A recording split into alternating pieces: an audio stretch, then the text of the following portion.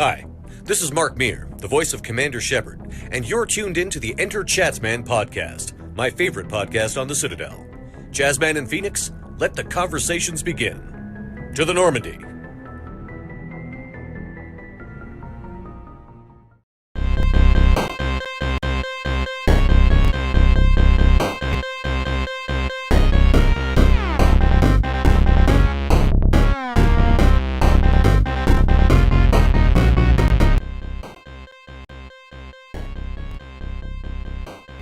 Hey, what's going on, everybody? EnteR ChazmaN here. We're back with another week of the EnteR ChazmaN podcast, where, as always, this is your favorite place to hear all the nerdy video game news and other kind of nerdy things that have kind of popped up that interest me and my buddy Phoenix throughout this week.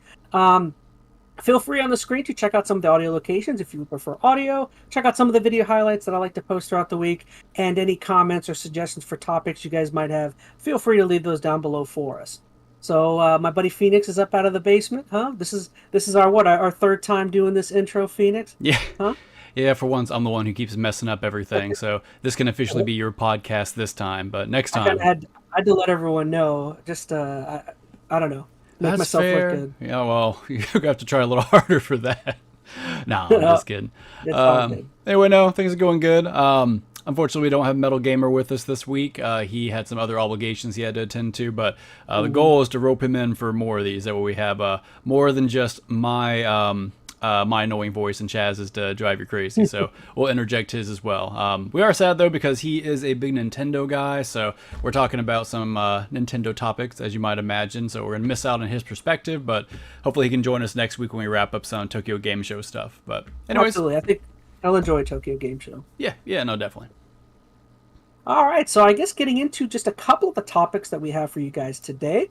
As Phoenix said, this show is heavily video game event, I guess, top heavy. It's all events. We're going to be talking we're going to talk Tokyo Game Show, but I don't know. Me and Phoenix decided we'll just save that for next week because it's still technically happening. Yeah, at the time of the recording, there's still like an extra 2 days or something on it. So instead of like talking about half of it now and the other half later, I feel like you probably better just push it off. And I said maybe we can get a MetalGamer in to kind of give some interest there. So you never know. Final Fantasy 20 could get announced while we're away. You never know. You don't even know what number we're on. Come on, man. 16 is coming. 16. 16. Oh, sure. So we're going to talk PlayStation State of Play. That happened, and literally a few hours in between, right? I think Nintendo was on at like 9 or 10, and then PlayStation midweek was like, "Hey, we're going to be on at 1 or 2 or something." Or no, it was later. I think it was like it was 4, evening. 4 p.m. I think it was like 1 or 2 Pacific time, and then for us, we're East Coast. So yeah, it was a little later that evening. Yeah, so we got that. We got a couple games. One game that Phoenix has played, and one game I just literally played maybe a couple hours ago, and we'll get into that. And for our speed run, we got I forgot we added one. So we have 4 topics for the speed run. So you said before you wanted me to go first for our what you playing. So what I just started playing is a game called Hellsinger. It's a game that just got released maybe a day or two ago. It had been at a lot of Xbox-oriented events that had gotten shown off. It had been shown off maybe 3 or 4 times, and yeah. So I would say this game's niche. It's if you guys like metal music or rock or anything like that. I would say more metal.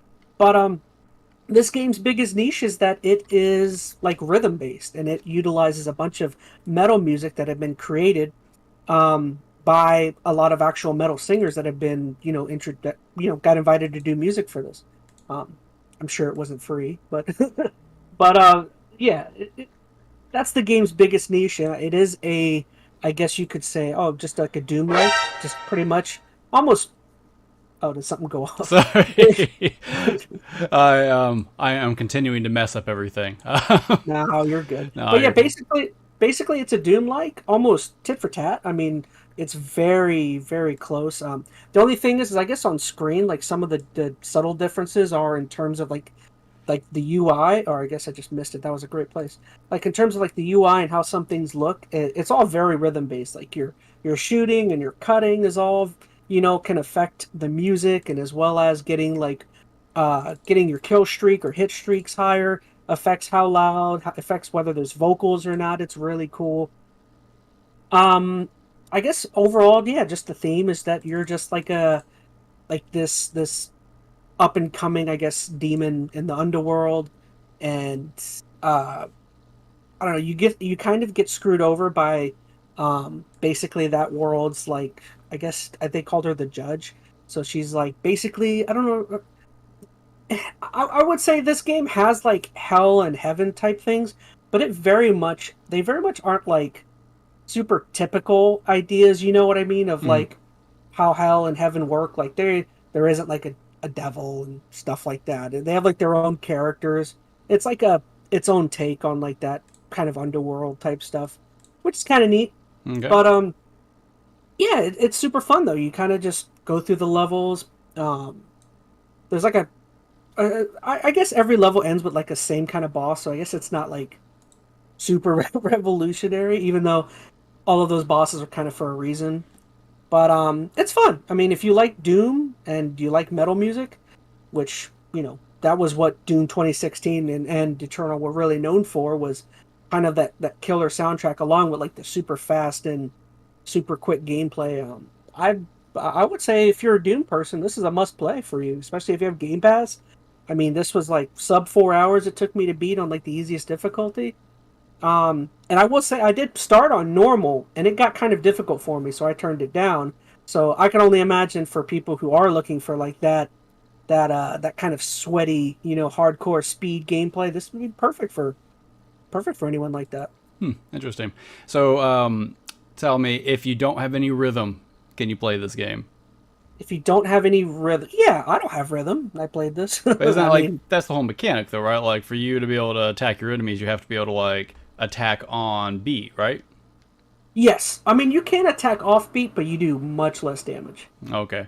But I mean, is it like to the point like you lose so much, damage percentage that if you are consistently playing off beat because your timing is that terrible, could you still get through this game, or is it really a game that you just have to have good On the timing easy for? difficulty, you could. Okay. On the easy, which I played maybe like the first half on medium, and then the second half on easy because the difficulty ramped up a little bit. Gotcha. But But I guess ultimately it wouldn't probably matter because if you're going to play this game, you're probably someone who's into the music and probably have decent rhythm anyway. So I'd imagine that would be your rationale for even checking it out in the first place. But yeah, you'll come across some who may just want to listen to metal music, but may not have good inner timing. So I will say, since you brought it up, I do feel like to an extent moving it down to easy kind of lessened the experience to an extent because on the medium difficulty, if you're not on rhythm and you're not hitting exactly, mm, if you look, there's a 4x. It goes like 1x, 4x, your multipliers for right. continually counter or getting strikes and stuff. Um, but on the easy difficulty, I noticed when I did do it, the music kind of stayed the same throughout and it never really dipped. So if you're looking for like a pure experience, I would say at least with medium, if you're not doing well, that the vocals will cut out, other things will sound choppy. You're not going to get. So I don't know. It's kind of a give and take. Where like I think the best experience and the more like maybe what the developers wanted is probably better on medium. But if you're just wanting to listen to the music, easy is where it's at because Mm, you just listen to the music while you're playing basically. And I think the gameplay does affect the music on easy, but I just mean it's much less noticeable than on medium. It's like, you know, if you don't have like an 8 times multiplier, you can't hear vocals or nothing, you know. right. So it kind of ruins, the whole point Yeah, listening to the music. yeah, it kind of does. I mean, I don't know. I'm just not as serious. I just kind of want to just listen to the music That's pretty fair. much, especially because like in a lot of the advertising, they were like the singer from Lamb of God, Arch Enemy, Serge Tankian from System of a Down. Mm. You had a bunch of different people all come on and make music for this song, and I don't know. That's the biggest draw for me. Yeah, no, that is cool. I guess one thing I would ask, and kind of go on the other spectrum of our initial question. Let's say you're not concerned about the music at all, so it isn't even about playing to the beat or whatnot. If you remove that portion of it, how does this game hold up as just kind of a Doom style shooter? Like, I mean, it doesn't. It looks like Doom, but does it play as good as Doom? Like I said before, I think they pretty much nailed it in terms of trying to replicate Doom. Mm. But that's that's all it is it just kind of feels like a replication to an extent. Like, it Okay. doesn't really feel like it branches off a heck of a whole lot. So, and it's such a short experience. I would just say, if you're looking for that Doom experience, go play Doom. I wouldn't. That's what I mean, though, is like, if you're looking for just more Doom, then I wouldn't suggest this. I would suggest you go play Eternal or 2016. For me, I think the true draw niche this game has is the music. Like, the music and the rhythm and all that stuff. That was what drew me in personally. But yeah, like, why would you? That's like, I don't know. I can't think of another game series like that where one specific pull on it. Why would you go play something else when one series does it like perfectly? You know what I mean? Well, I mean, I guess the point would be, okay, so if you're into that kind of series, you probably already played Doom 2016, you probably already beaten Eternal, so if you're looking for the next kind of thing, is this going to scratch that itch? And it sounds like, to a certain extent, it will. It might, for some people. Mm-hmm. I think it probably depends, though, I think how rhythmically inclined you are. But I don't know. I'm digging it. I would certainly like to play. I played one game similar to it. It wasn't this. I want to say it was called like BPM. That sounds familiar. It was kind of like, I've heard of that. I feel like that was, and I could be wrong with this, it was like the first type of game like this where it was like a time kind of rhythmic shooter. I don't think it was necessarily metal inspired, but I'd have to go back and check. Mm-hmm. I don't know if it was a weird feeling, just kind of getting used to kind of, not just moving to the time, actually, firing on time. So I don't know, but it's neat. I definitely recommend it. I mean, especially if you like rock, if you like metal. I mean, I thought it was a fun time. I mean, and again, it was sub 4 hours, and it was on Game Pass, and I don't know. I kind of agree with you. So I know you said it's on Game Pass. I'm assuming it's a standalone download too. What's the price of this? Do you know?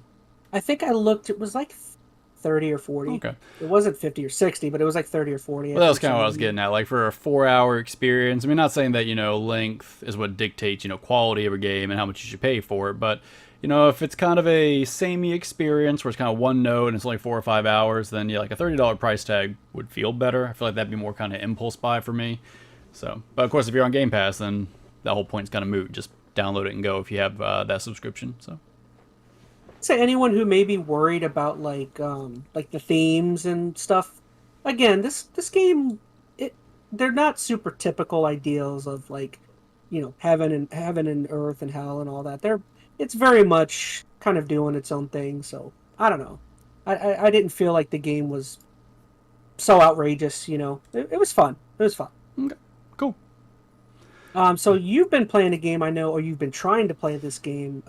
We'll move on to your game. Yeah, so I finished it. It was Immortality. Do you know anything about this game?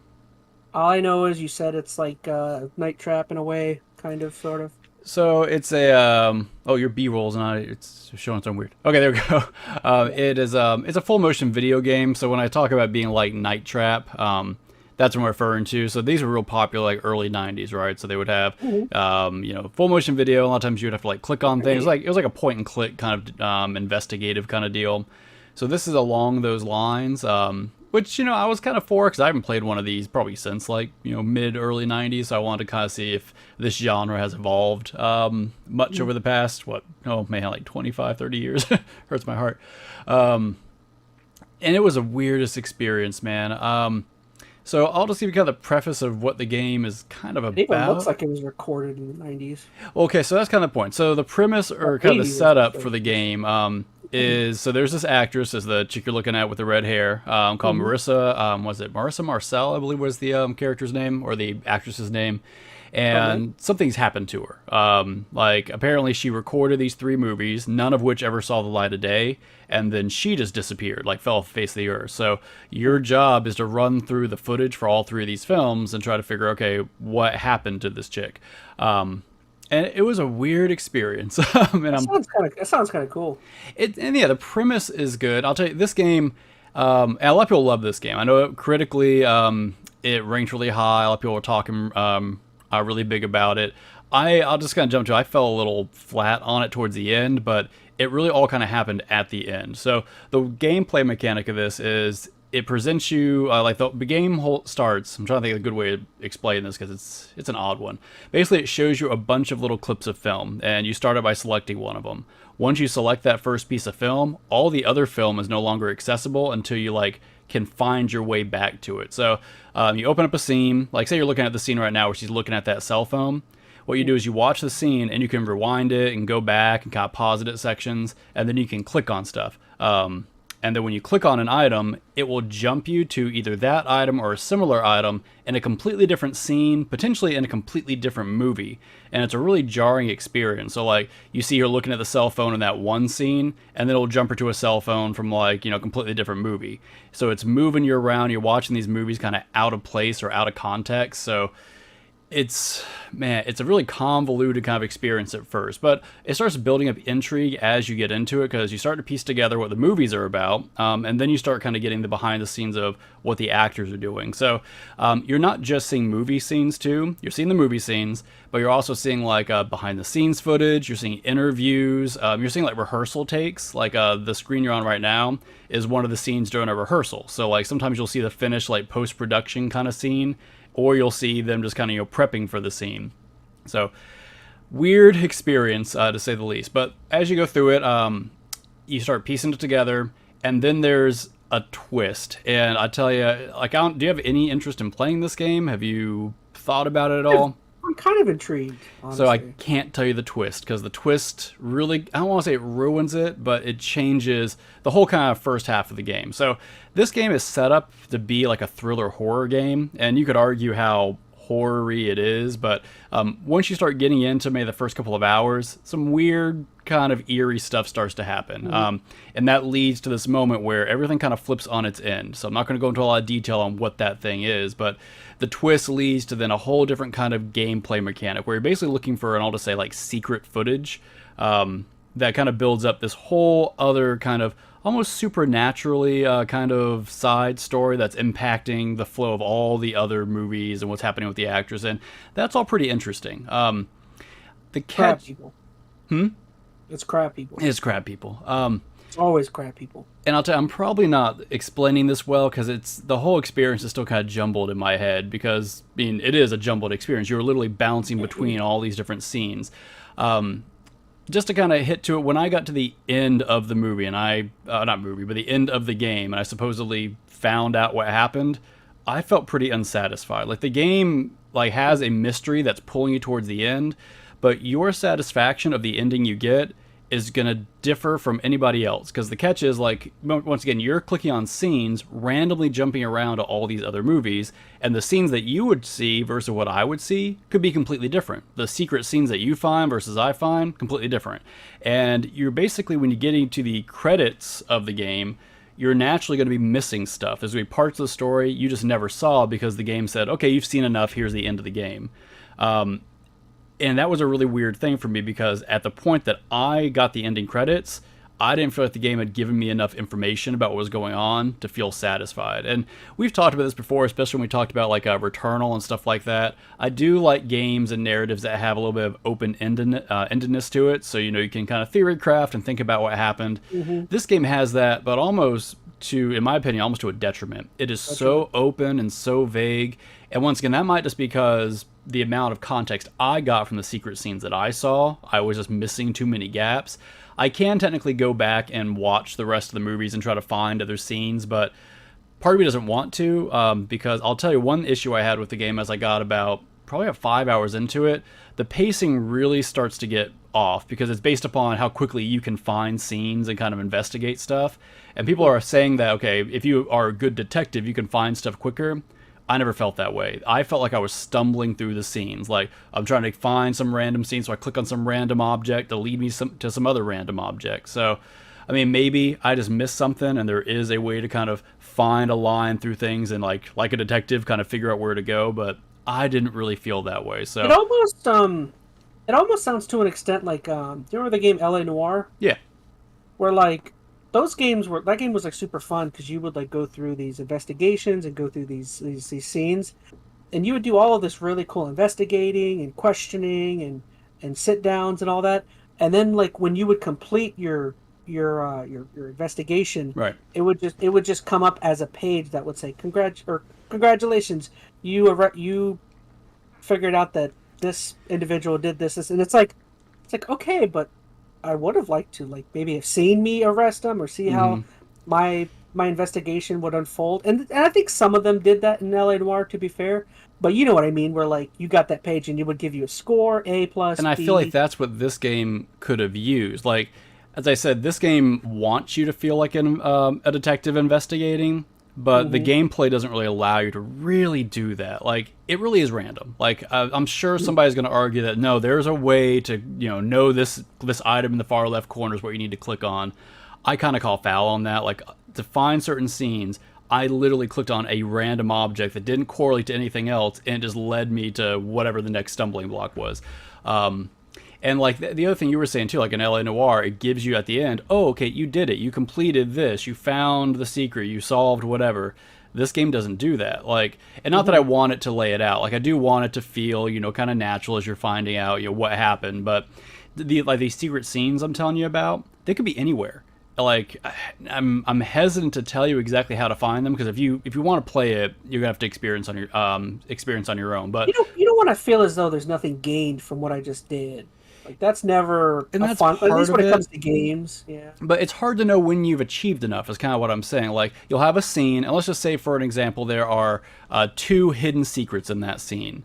You have no idea if you found them. Like, you could scrub through the scene back and forth 3 or 4 times, think you found it all, but have no way to know for sure, unless you somehow, ultimately accidentally find everything in the achievement pop saying, okay, you found all the scenes. But there's like 300 scenes or something in this whole movie. So, and that's not counting, I think, all the secret stuff. So it's really hard to know if you found things. I was reading some forums. Some people have been going back and forth trying to like finish the movies.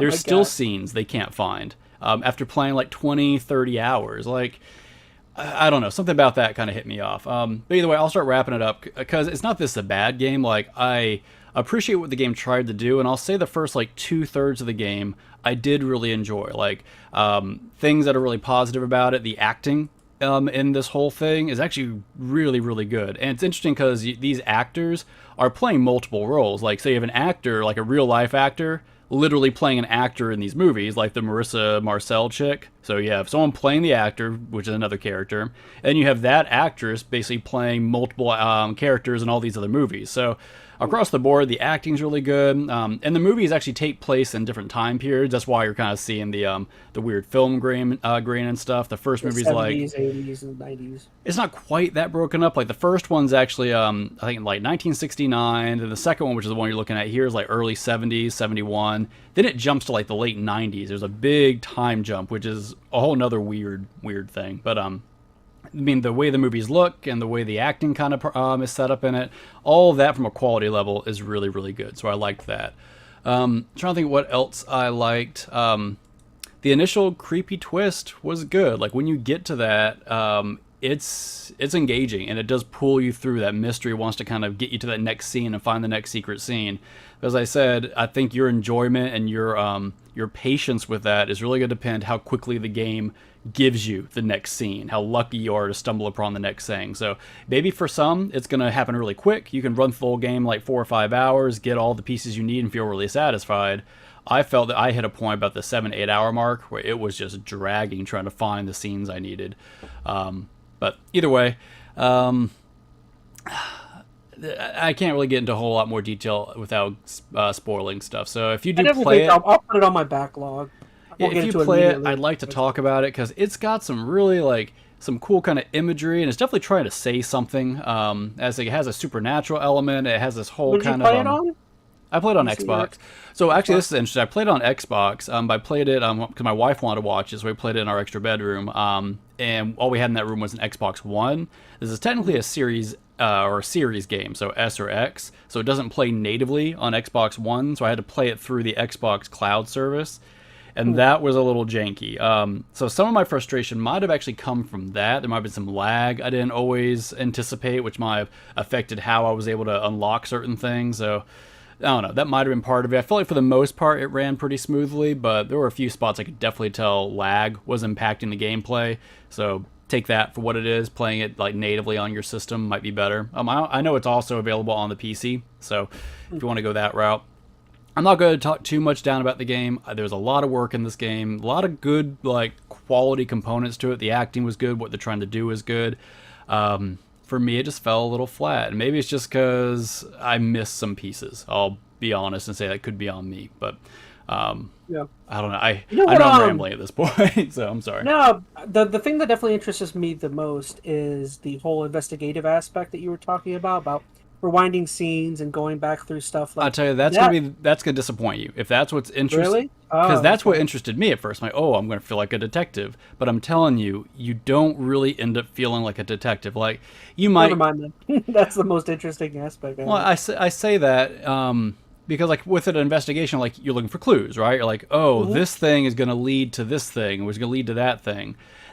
That's not really how the game works. Like, I'm going to pull up the scene real quick that you're looking at. So like in this scene, those two masks, those would be items that you could click on. And when you click on that mask, it's going to jump you somewhere. The catch is you have no idea where it's going to jump you, and sometimes it doesn't even always jump you to the same place. So that's why I think it's hard for it to feel like a detective thing, because like a detective or an investigation would lead you to somewhere very specific. Like I pull on this thread, it unravels this, moves to this. And like, I love detective games. That's why I'm interested. But I'm saying this game, like, it doesn't follow the process of how an investigation would work, where one clue naturally leads to another, naturally leads to another, and then you end up at this point. Like in this game, you can click on an apple. That one apple can lead you to 20 other scenes that have apples in it. Like, there's no way to know that you're going to end up at the same spot every time, so you can't really have, like, a true investigation. That's why I said I felt like I was kind of stumbling through the scenes. Like, I randomly clicked on someone holding a knife, and it took me to one of the other 20 instances that a knife showed up in the game. So it's interesting. Maybe there was more they could have done from a gameplay side to make it, I don't know, a little more specific, a little more consistent. Or maybe I just didn't pay attention. I missed that kind of stuff. I don't know. And I also feel like sometimes the controls felt a little janky. Like the way you unlock scenes is kind of done by feel or by intuition. I'll kind of leave it at that. And I think it's just a little, I don't know, it doesn't feel consistent enough. So there were times I knew there was something hidden there, and I couldn't unlock it just because I felt like the way the control scheme was trying to work was laid out weird. I think maybe if I would have played on PC, it would have worked better, because I watched some videos of other people playing, and they were able to access some of the hidden secret stuff really easily through their interface. So it might have been just an issue with me playing on controller, with the way they had you rewind things using like the analog sticks, which felt a little weird. I don't know. As I'm coming down kind of negative on this, but ultimately, it's an interesting game at the very least. Some people are going to come away from this really, really loving it. I know they will, because they're going to have a different experience than I probably had, where they got a more interesting backstory with a little more context, and maybe it just flowed a little more naturally for them. And then you end up with people on my end where it didn't, and then the way the ending kind of falls in your lap, you're like, that's it? There should have been something else, I feel like. But it would definitely lead to some discussion. If you do play this, I would love to get your opinion on it to see if it was drastically different. It's not technically a long game. It's supposed to only take like 6 to 7 hours if things go well for you. Took me closer to about 10 or 11, but my daughter also accidentally lost an hour of progress for me by erasing part of my my saves. So that's, another issue. So I'll leave it at that.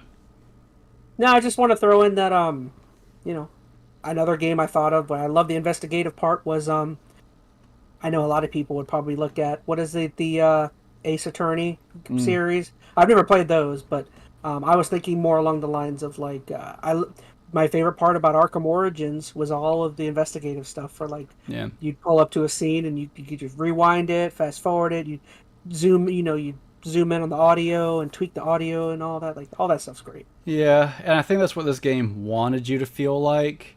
It just, I don't know, it needed a little more from a gameplay perspective to really, I think, nail home the fact that you were investigating. And ultimately, I don't even think they wanted you to do that, because I think if you were able to investigate to that level, you'd find answers too quickly. I think this game is very much about kind of waiting for a setup, waiting for things to happen, and it wants it to happen at a certain time. So I could be wrong. I feel like the game held off you being able to even find certain things until you play the game for so long. And that might just be me missing stuff. But I know there was like a scene I watched early on, like in the first hour or so of my game, and I didn't notice anything weird about it.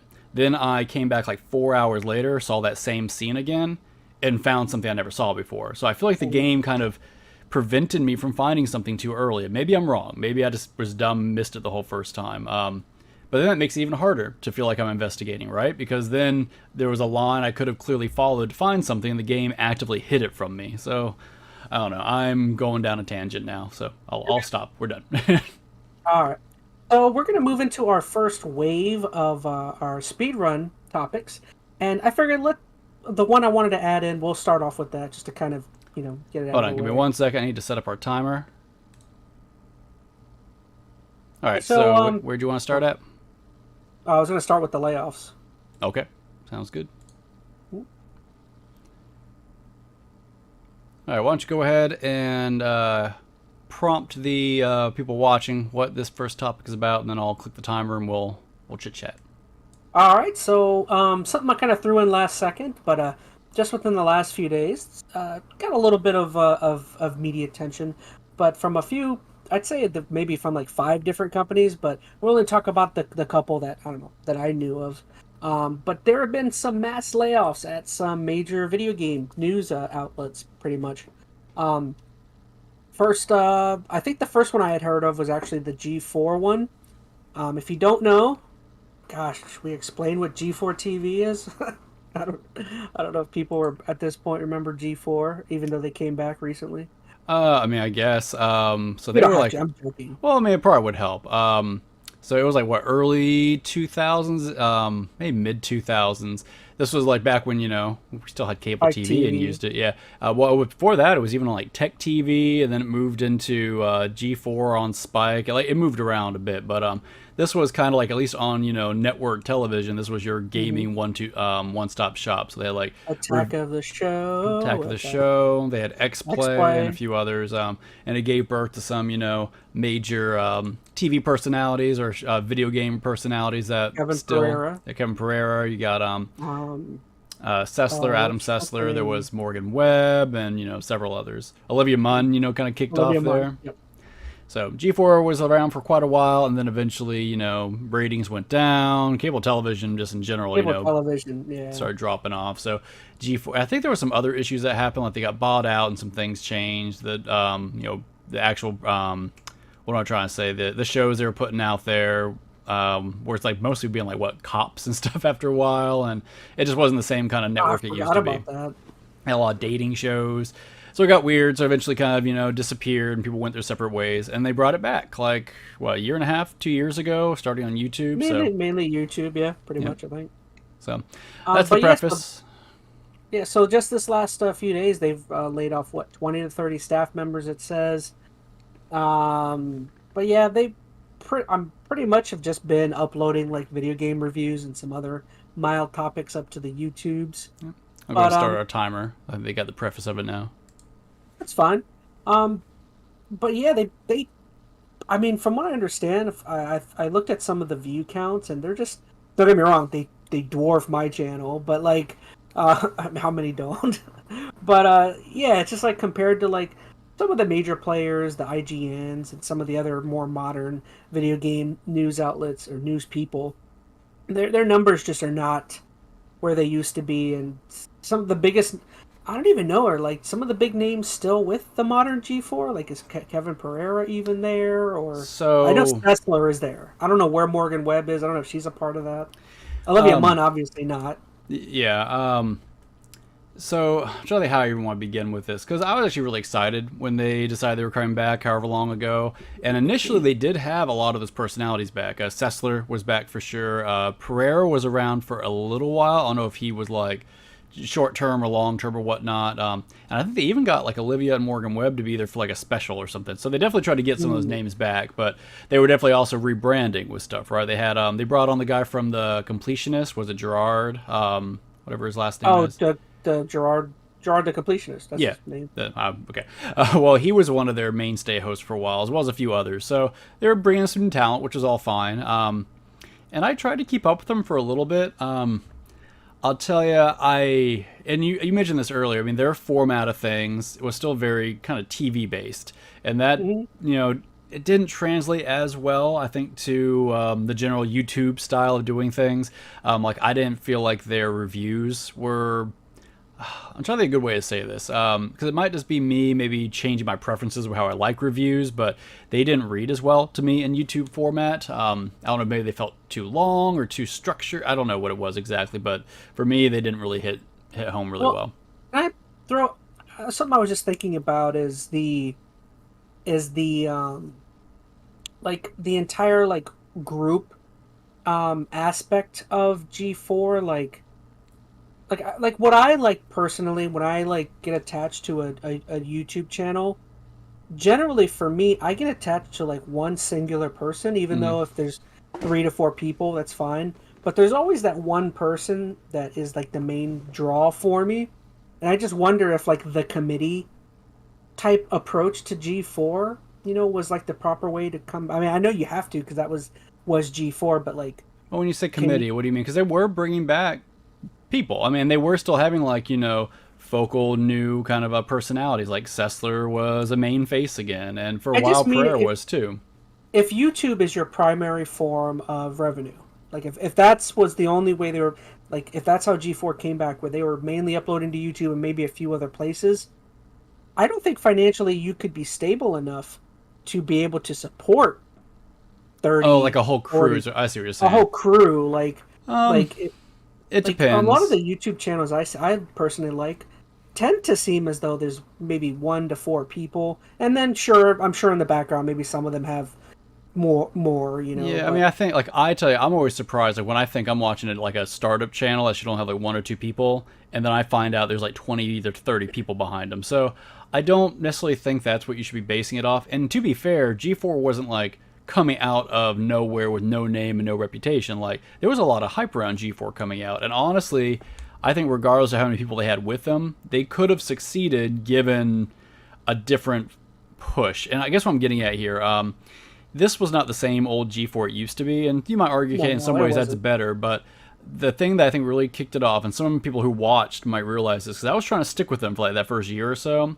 I don't remember the host's name, and I apologize for that, but one of their hosts during one of their little podcast discussion times came out and kind of attacked their community. Now, you could argue how altruistic what they were saying was, and I'm not trying to take one side of this, but they came out really harsh on their community. And the person who was putting this out also had already made some errors and whatnot, and people were arguing that she was misinterpreting the reason she was giving this kind of pushback on the community, and it was a real bad look. And that led to a couple of other bad looks over the course of that 2 or 3 week period. And that's just a bad way to go about it. Like, once you attack your audience, which is the one that's supporting you, especially on something like YouTube, you don't have your audience, you've got nothing. And it's not like their ratings were incredibly high. Like, they were starting to move somewhere. This event, I think, was kind of their initial downfall and kind of tanked them, or at least not tanked them, but started that whole downhill slope. I think they moved to Twitch not long after that. It's kind of their primary location. But anyways, that was the end of our timer, so I don't know how much more you want to say about it. We didn't even get the 10-cent one. I guess we'll just throw in. That's all I really had to say about G4. I mean, I'm not quite sure how relevant they were anymore, but it still sucks. You never want to hear of people, losing their jobs. It's bad. I'm not sure how much I'm sorry, go ahead. I've been talking too much. No, I just kind of questioned the way they were kind of going back their comeback, and it could have been that like you were saying, as to it, not approaching certain subjects the right way, or maybe attacking some of your fans. That could have been, it could have been that back when you're on cable network, you have way more people hovering over you and keeping track of what you're doing, and then, people who are less experienced maybe now they're becoming a YouTube channel, so like the actual like people that are in the shows have more say as to what's going on and what's said. You know what I mean? It's just like, I'm not sure how she was able to say whatever she said, like how that all kind of came to be, but I don't know how much of their downfall is just about their content or whatnot. I mean, I will say I didn't grasp onto the content like I used to, but I'm not saying that's necessarily just because, they're on YouTube and times have changed. It could have been me personally just have changing my preferences. I don't know. They had an uphill battle to begin with. I mean, they were coming into this at least with, some initial fan service because they had some reputation, but I feel like they really let that dwindle at a certain point. I think, I'm going to come back to, I think their downfall, at least their initial start, was when they attacked their fans. I know that's when I stopped. And I wasn't even in the fan group they were attacking, but I just looked at them like, that's a bad look. And then I shifted away, and based upon other forums when I was checking out, a lot of people shifted away. Now it could have been a vocal minority, but you can't afford to lose even a small amount when you're trying to get up and running like that. See, you guys don't ever have to worry about that from the old ChazmaN. I'll never attack any of you for any reason. All two of you out there. All two of you out there. I'm a shill. I'll talk about whatever, or not talk about whatever. All right, so just real quick, just to throw it in there, another company that had mass layoffs was the company Tencent. If you don't know, Tencent is the major video game publishing company conglomerate that's over in China. But this is actually a company I'd never heard of in terms of their gaming news site called Fanbyte. Apparently, just up and out of the blue, they laid off the entire staff for the entire Fanbyte media. So I know a couple people who are big in the gaming news. I think Imran Khan, if I remember, he had just joined them recently and was like on work. He was like working in a different state, in a different country, and was like, "Oh, I just got let go while I'm working." I don't know, but yeah, pretty messed up. They laid off the entire thing, and I don't know if you have anything to throw in there. I don't. I mean, I don't think we need to start a new timer or anything for this. No. It sucks when anybody loses the job, especially like that. Like if you know that it's kind of impending that my job could be lost at some point down the road. That still sucks, but at least then you have, some kind of anticipation and can, figure out some way to work around it. Something like this where you just wake up one day and you're fired. I know I read part of that article where some of the employees who didn't get fired were like, yeah, I was working with that guy an hour ago and now they're gone. And that stinks. And I don't watch, or I haven't kept up with, was it Fanbytes? That's not a media outlet I personally follow. I looked up their Twitter, and I went to their Twitter page and looked up.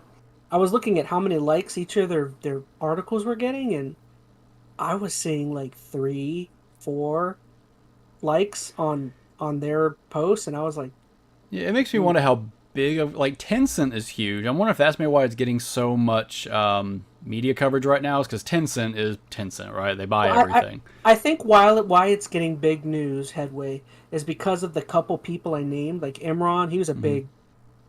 He worked at other companies, but I think why it's getting news is because they recently hired big names from other companies, and those big names have their word is, I guess, loud enough where they were able to kind of get, like, I know Greg, what's his name? Greg Miller, is that his name? From the Kind of Funny? Yeah. Like, people like him knew Imran, so it's like, I think those people are the ones that are making the noise, really, for the Fanbyte people. I'm not saying, I'm sure they got some viewers somewhere. Yeah, I don't know. I mean, it seems like it was, from looking at it practically, they didn't have a whole lot going on. But once again, that's not a media outlet that I followed. So maybe there was a different type of audience or fan base that did track them a little more. But it could have been Tencent cutting costs. And I don't know the culture at Tencent, if that's just kind of how they are, if they're very, profit focused. And if it doesn't match, then they just cut you. But regardless, my heart goes out to anybody who was affected by that, who's now, looking for a job. Oh, so Tencent's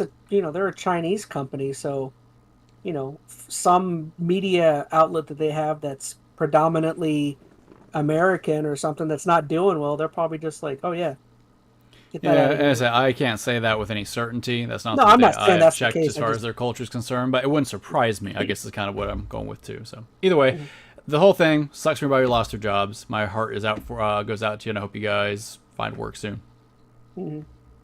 All right, so we're going to move on to our second speedrun topic.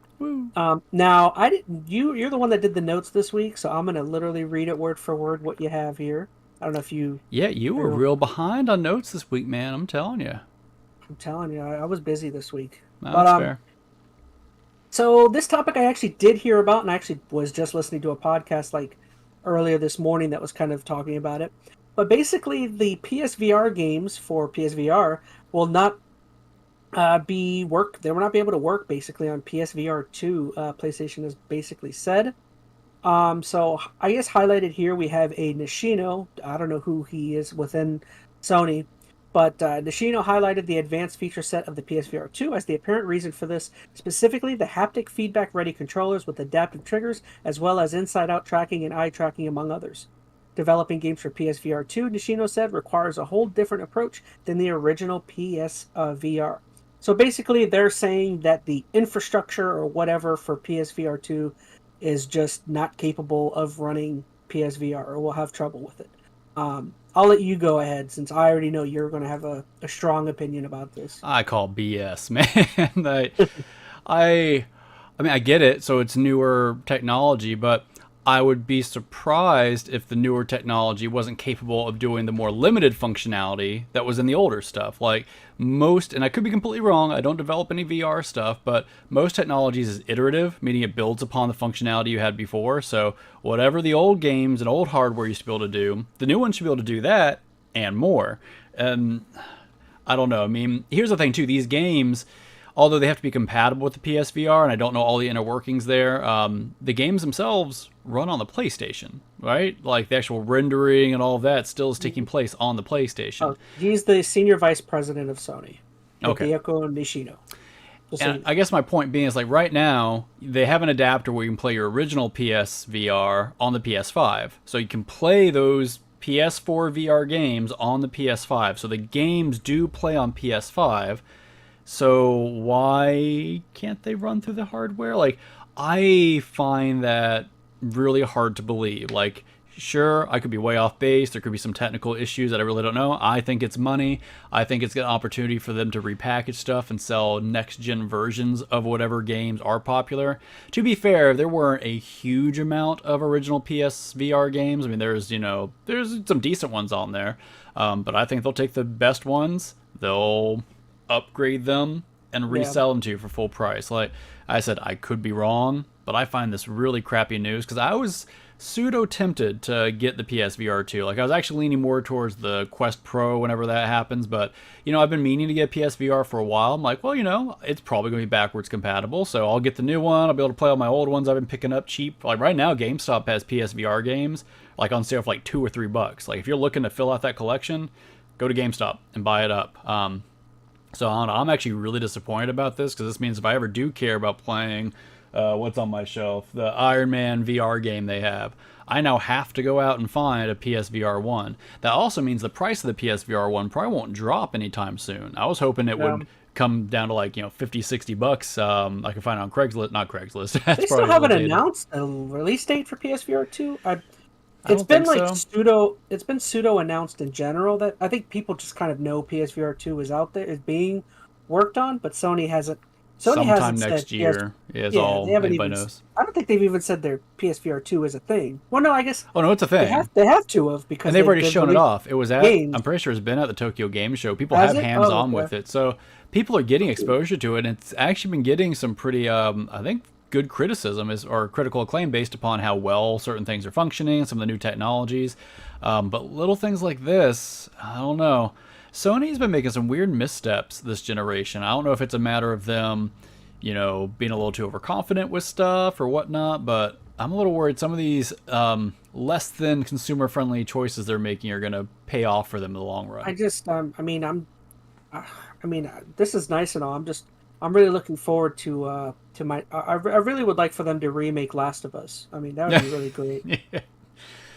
Yeah. What are you laughing for? I'm serious. Remake it. All right. Yeah. Okay. Fair enough. Oh wait, I just saw they've remade it 3 times. Yeah. Oh shoot. I bet they'll probably release Last of Us Part 2 for PS5 because technically it's a PS4 game, so they'll probably want it to be on the PS5 so you can have the best experience because that's what they're all about. That's why Xbox can't have Call of Duty because PlayStation needs the best Call of Duty experience. I don't know.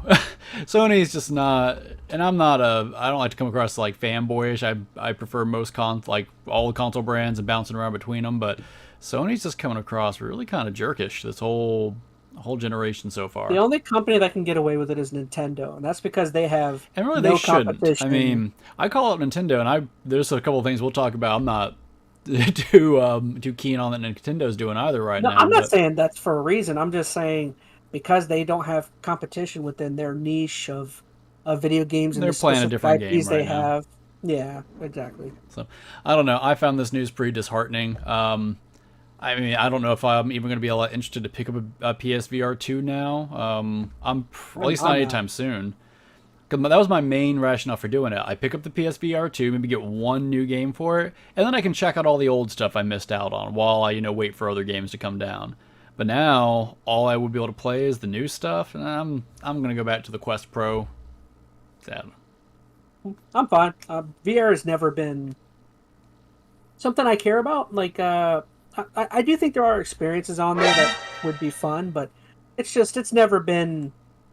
I don't know, man. I'm an old man. I like just give me a controller and I got eyes. That's fair. I'm a proponent for VR. Like, I have been for a long time, but since I got the Quest 2, there's some really cool stuff you can do on there. I'm not going to go as far as say this is the future of gaming, because, that's too broad of a thing to even try to attempt to say. But it is definitely something here to stay, and when done well, it's an awesome experience.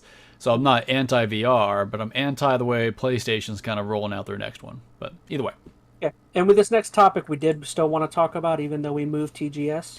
Yeah, I mean, I figure like when we talk about and you can do however you want, but when we talk about the big kind of game showcases, we'll just focus on just the games themselves. But some of these I think are specific to interesting little news nuggets that came out of it. So I'd say still quickly mention this one. All right, so it seems as though Resident Evil 4 Remake is going to be launching on PS4, but it will not be on Xbox One. That's such an odd statement, like on OG PS4 and Xbox One. This is talking about. The Resident Evil 4 is coming out on next gen systems, so PS5, Xbox Series, etc. Xbox One's it already has Resident Evil 4 though, but it has like that. Not the new remake. That's it has like the original version. Yeah, so they're saying the new remake is going to come out on PS4. They're not going to bother putting on Xbox One. Why? I guess I should read the article.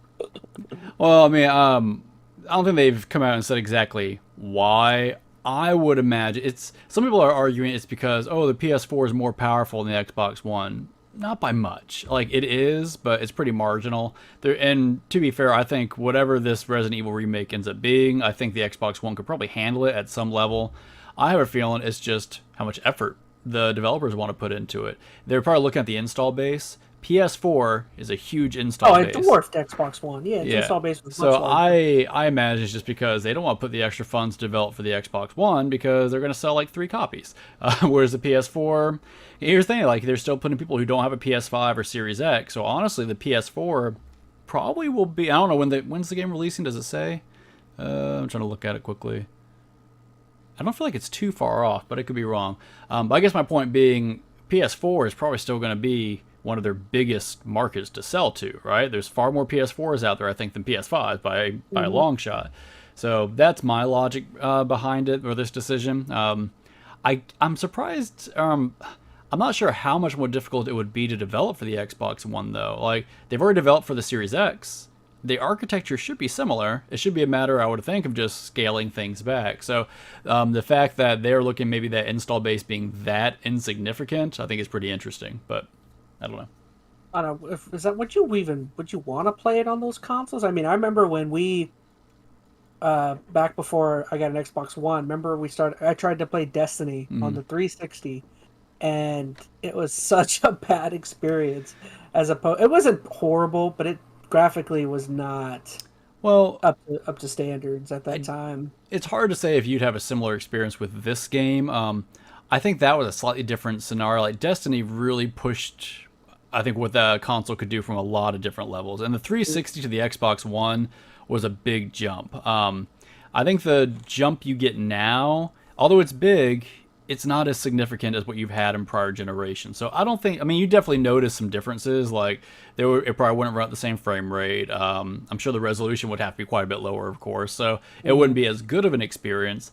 I don't think you're going to get like the worst experience out of it either. And clearly, if they think they're going to be able to put it on the PS4, there can't be that concern the experience is going to be too abysmal. Now, would I want to play it there? No, but that's because I have newer consoles. If I didn't have newer consoles and I wanted to play Resident Evil, then sure, I'd want to play it on my Xbox One if that was what I had.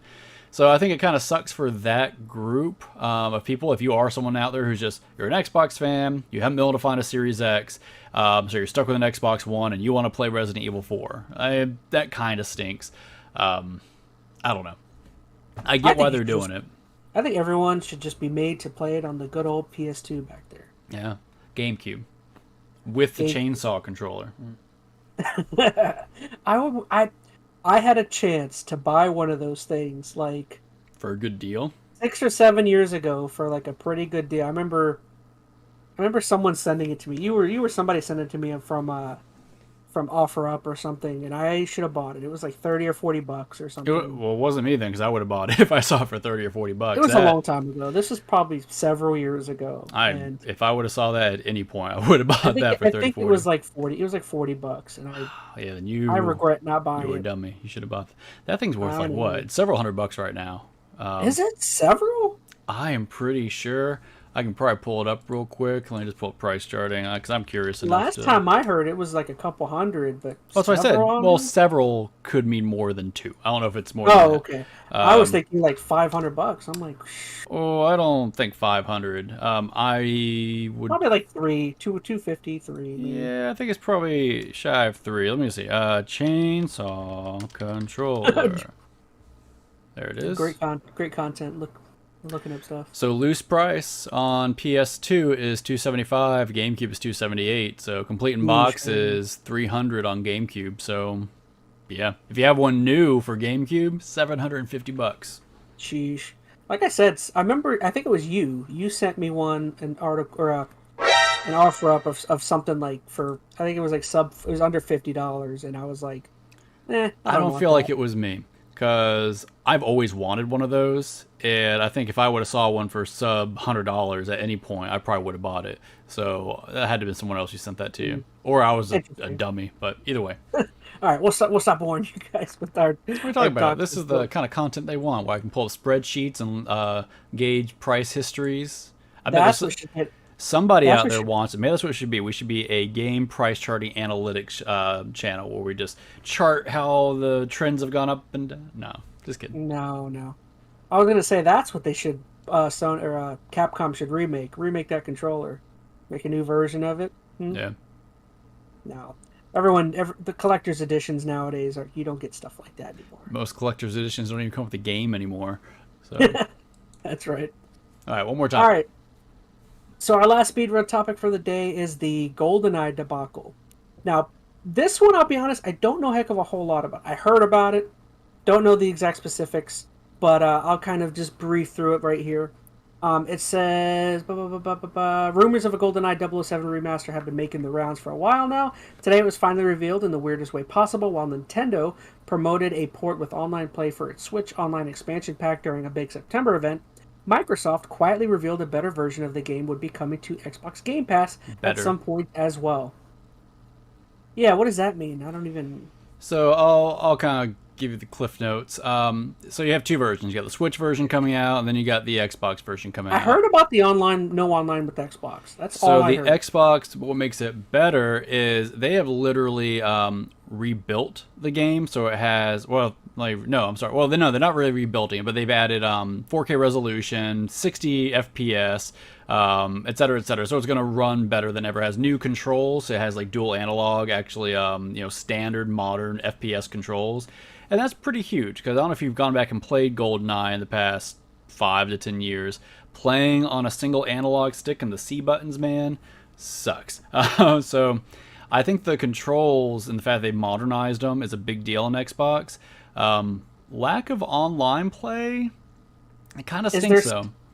If there's no online play, why would there even be multiplayer? What would be Well, the there's purpose? local co-op. Is it just local co-op? Yeah, so they're kind of, it's going back to old school where We're going old school. Yeah, you can still screen peek and watch your buddy hide in the air vents to sneak up behind you. So they're going for that kind of experience. Whereas because the Switch emulates all their N64 stuff, they were able to easily basically add a multiplayer component into their emulator. Basically, it treats it like local, but it runs through their network, which is what you can do with emulators anyway.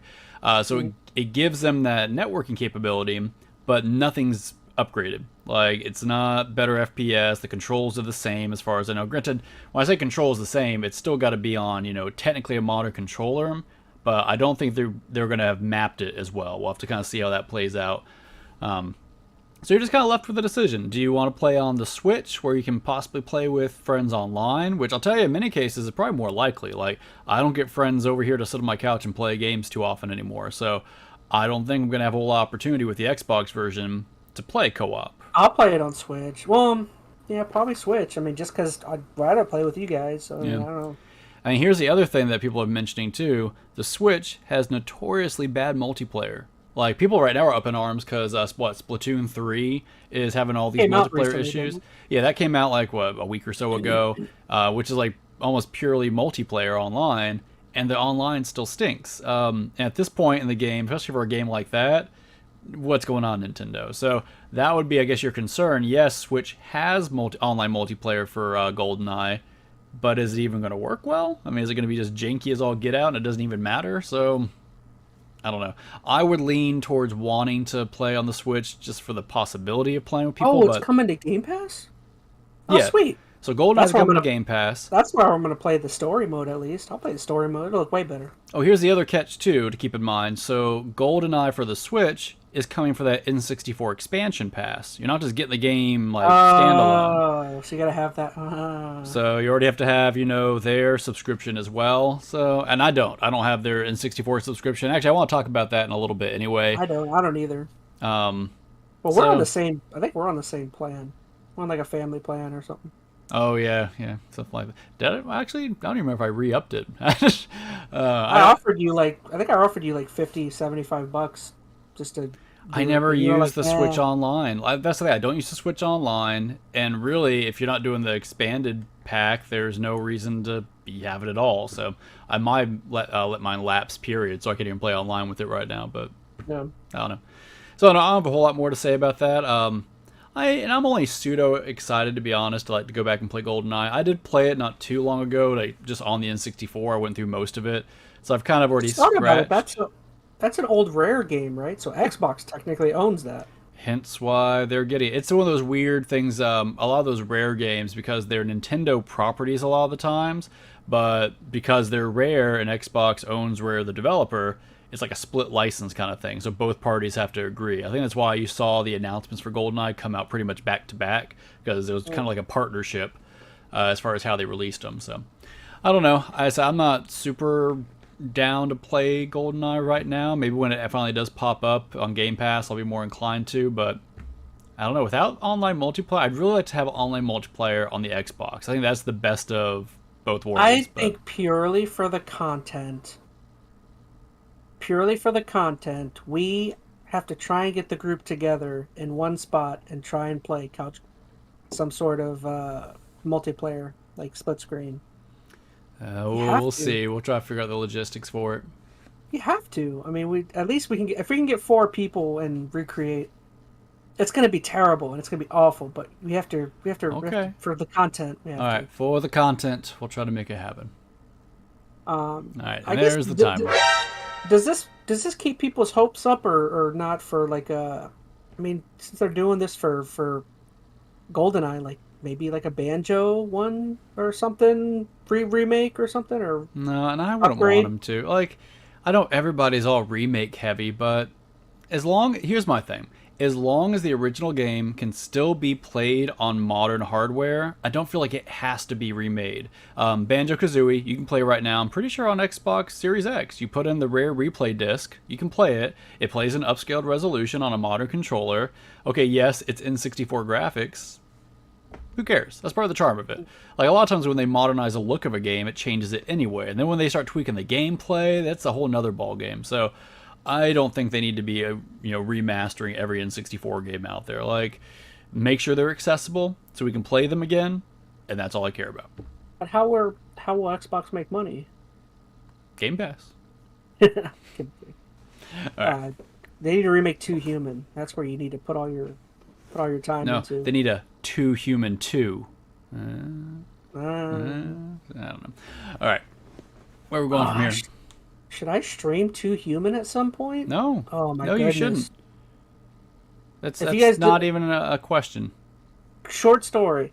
2 Human is possibly the most frustrating game I've ever played in my life, other than Call of Duty World at War on Veteran. those two experiences are probably the worst experiences I've ever had.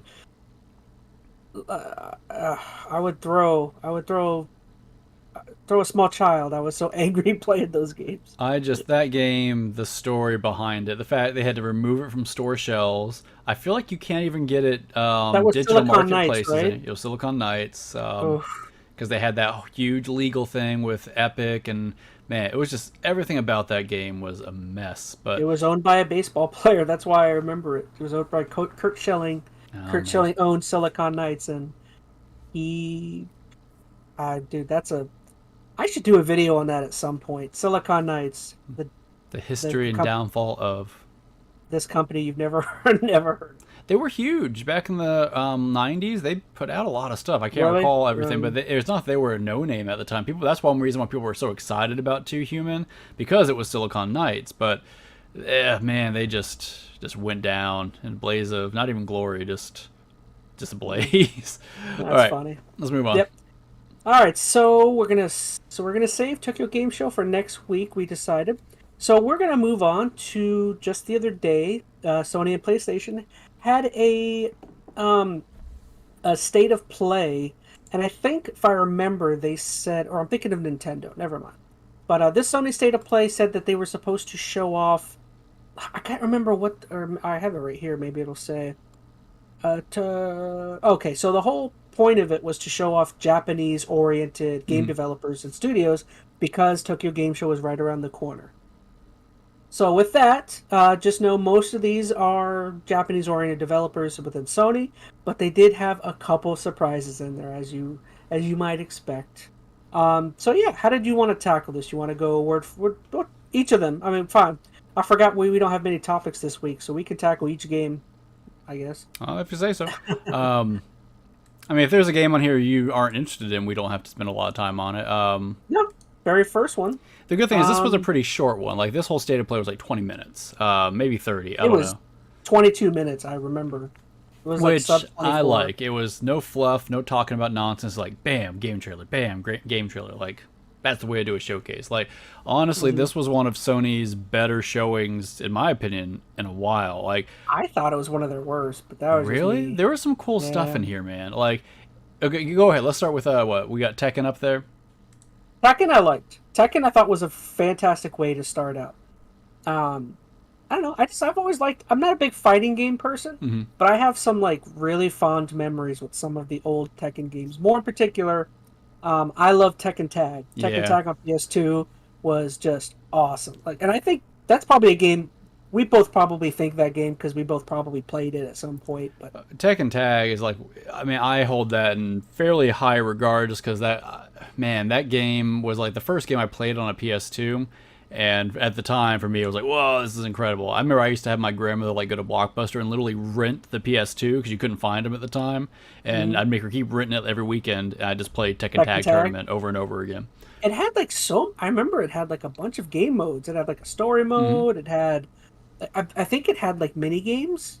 I think if I remember correctly, I don't remember how. It had a lot to it, and the different characters, learning how to play each one was a lot of fun. Like, I've always liked the fighting like mechanics of Tekken. It feels very like this is the wrong word, but like punchy. If that makes sense. Even though everything's punchy, but whenever it feels you punch, it'd be like it feels very tactile. I don't know. Maybe I'm thinking the right word, but I don't know. I feel like you can feel it when you're fighting in Tekken. Like other games sometimes feel a little too soft or too flowy. This game, like, you feel the impact every time. But maybe that's just me not having the right words to explain it. I mean, they had what was the tiger guy? What was his name? Was it Panther Man? I want to say King, but I feel like that's a different. That was King. Is I think it it's King? King. Okay, I want to make sure I'm not saying the wrong game. Yoshimitsu. I remember Yoshimitsu. Everyone remembers him. Yeah. You know who? Yeah. Okay. Yeah, Yoshimitsu, King. I don't remember the main guys. But I remember like. Isn't this one with Hayachi? Isn't it? I don't remember their names. I'm bad with the names. old man with the like bald top and like the spiky white hair. Yeah, he's the father, I think, of one of these guys. Oh man, don't ask me to explain the narrative to Tekken. I can't do it. I'm not gonna. I never pay attention. I just like choosing characters and beating the crap out of each I other. remember there It's was always fun. Eddie who did the capoeira where you can like break dance fight. Like I've just always Oh, liked that's right. always liked Yeah. Tekken, so I'm relatively excited about this. Like Tekken and Soul Calibur, the two fighting games, like I actual like fighting I games I was always enjoy. more of a Street Fighter, or I was more of a Tekken guy more than Street Fighter. Well, you know, Street Fighter's I could never get into Street Fighter. Street Fighter is really technical. Like, if Mhm. you don't really spend time and learn those mechanics, which I feel like to me personally just aren't even always all that intuitive, I had a problem with it. But that was just me. I'm not a big fighter guy anyway, or fighting game guy. But Tekken and stuff like that, you know, I'm into it. So I like this trailer. I agree. If you haven't played Tekken Tag, what are you doing? Go play. Did you ever Tekken play Tag. Tekken Tag 2? No, I never did. I've only played the first one. Yeah, I haven't played it. I've got it sitting over there, and I have had interest to go back and try it, but haven't found the time yet. That's the good old blue disc. I think Tekken Tag was. It's good old. Yeah, back when the backs were Um, still blue. So next, something I'm not crazy about, but I'll let you talk about it if you want to. I don't have a lot Star to Wars say. Galaxy Edge. I think this is a VR title. Yeah, it's a if I'm not VR thing. mistaken. I'll tell you, the wind got taken out of my sails with any PSVR related stuff after that last thing we talked about. Yeah. I mean, this is neat. I mean, fine. I like this kind of stuff, like from, you know, just a environmental kind of experience kind of thing. Some of the Star Wars games on the VR have actually been pretty good. I don't know about this one in particular, but I played some of that Vader Immortal on the Oculus, and that was pretty solid. So I wouldn't be surprised if this was relatively good when it does show up. But Tell you once- what, when it comes to these VR titles, I would actually appreciate less gameplay or less like fighting and action. Like I feel like for me, what I would desire would be more like the interaction. Yeah, you and that's know, what a lot open of these world are. and- Like, because a lot of them, like even like that Vader Immortal thing, like there's combat and stuff, but it's all pretty slow paced because you know you can't really like fight the same way you do with, you know, a controller as you can when you're walking around, literally moving. So a lot of it really is just exploring and interacting with stuff. Like in that Vader Immortal game, man, when I put that thing on and you see Vader standing in front of you like a legit like 7.5-foot Vader, and you can reach out and start touching the buttons on his chest, like it was a pretty cool moment. So I wouldn't be surprised if this was, you know, also a similar type of experience. But once again, I am very down on the PSVR right now because of that lack of backwards compatibility and their rationale for it. That's probably more why I'm mad, to be honest. Fair enough. Yeah, I mean, once again, I'm not crazy about PSVR, but I don't know. We'll see. If I ever find one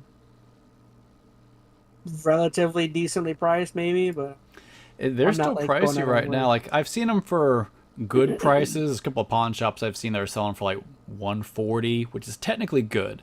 Because I think right now at GameStop they're still selling for like $200 and up. But honestly, for me to buy, especially for a PSVR 1, it's got to be like well under $100. But that's just me.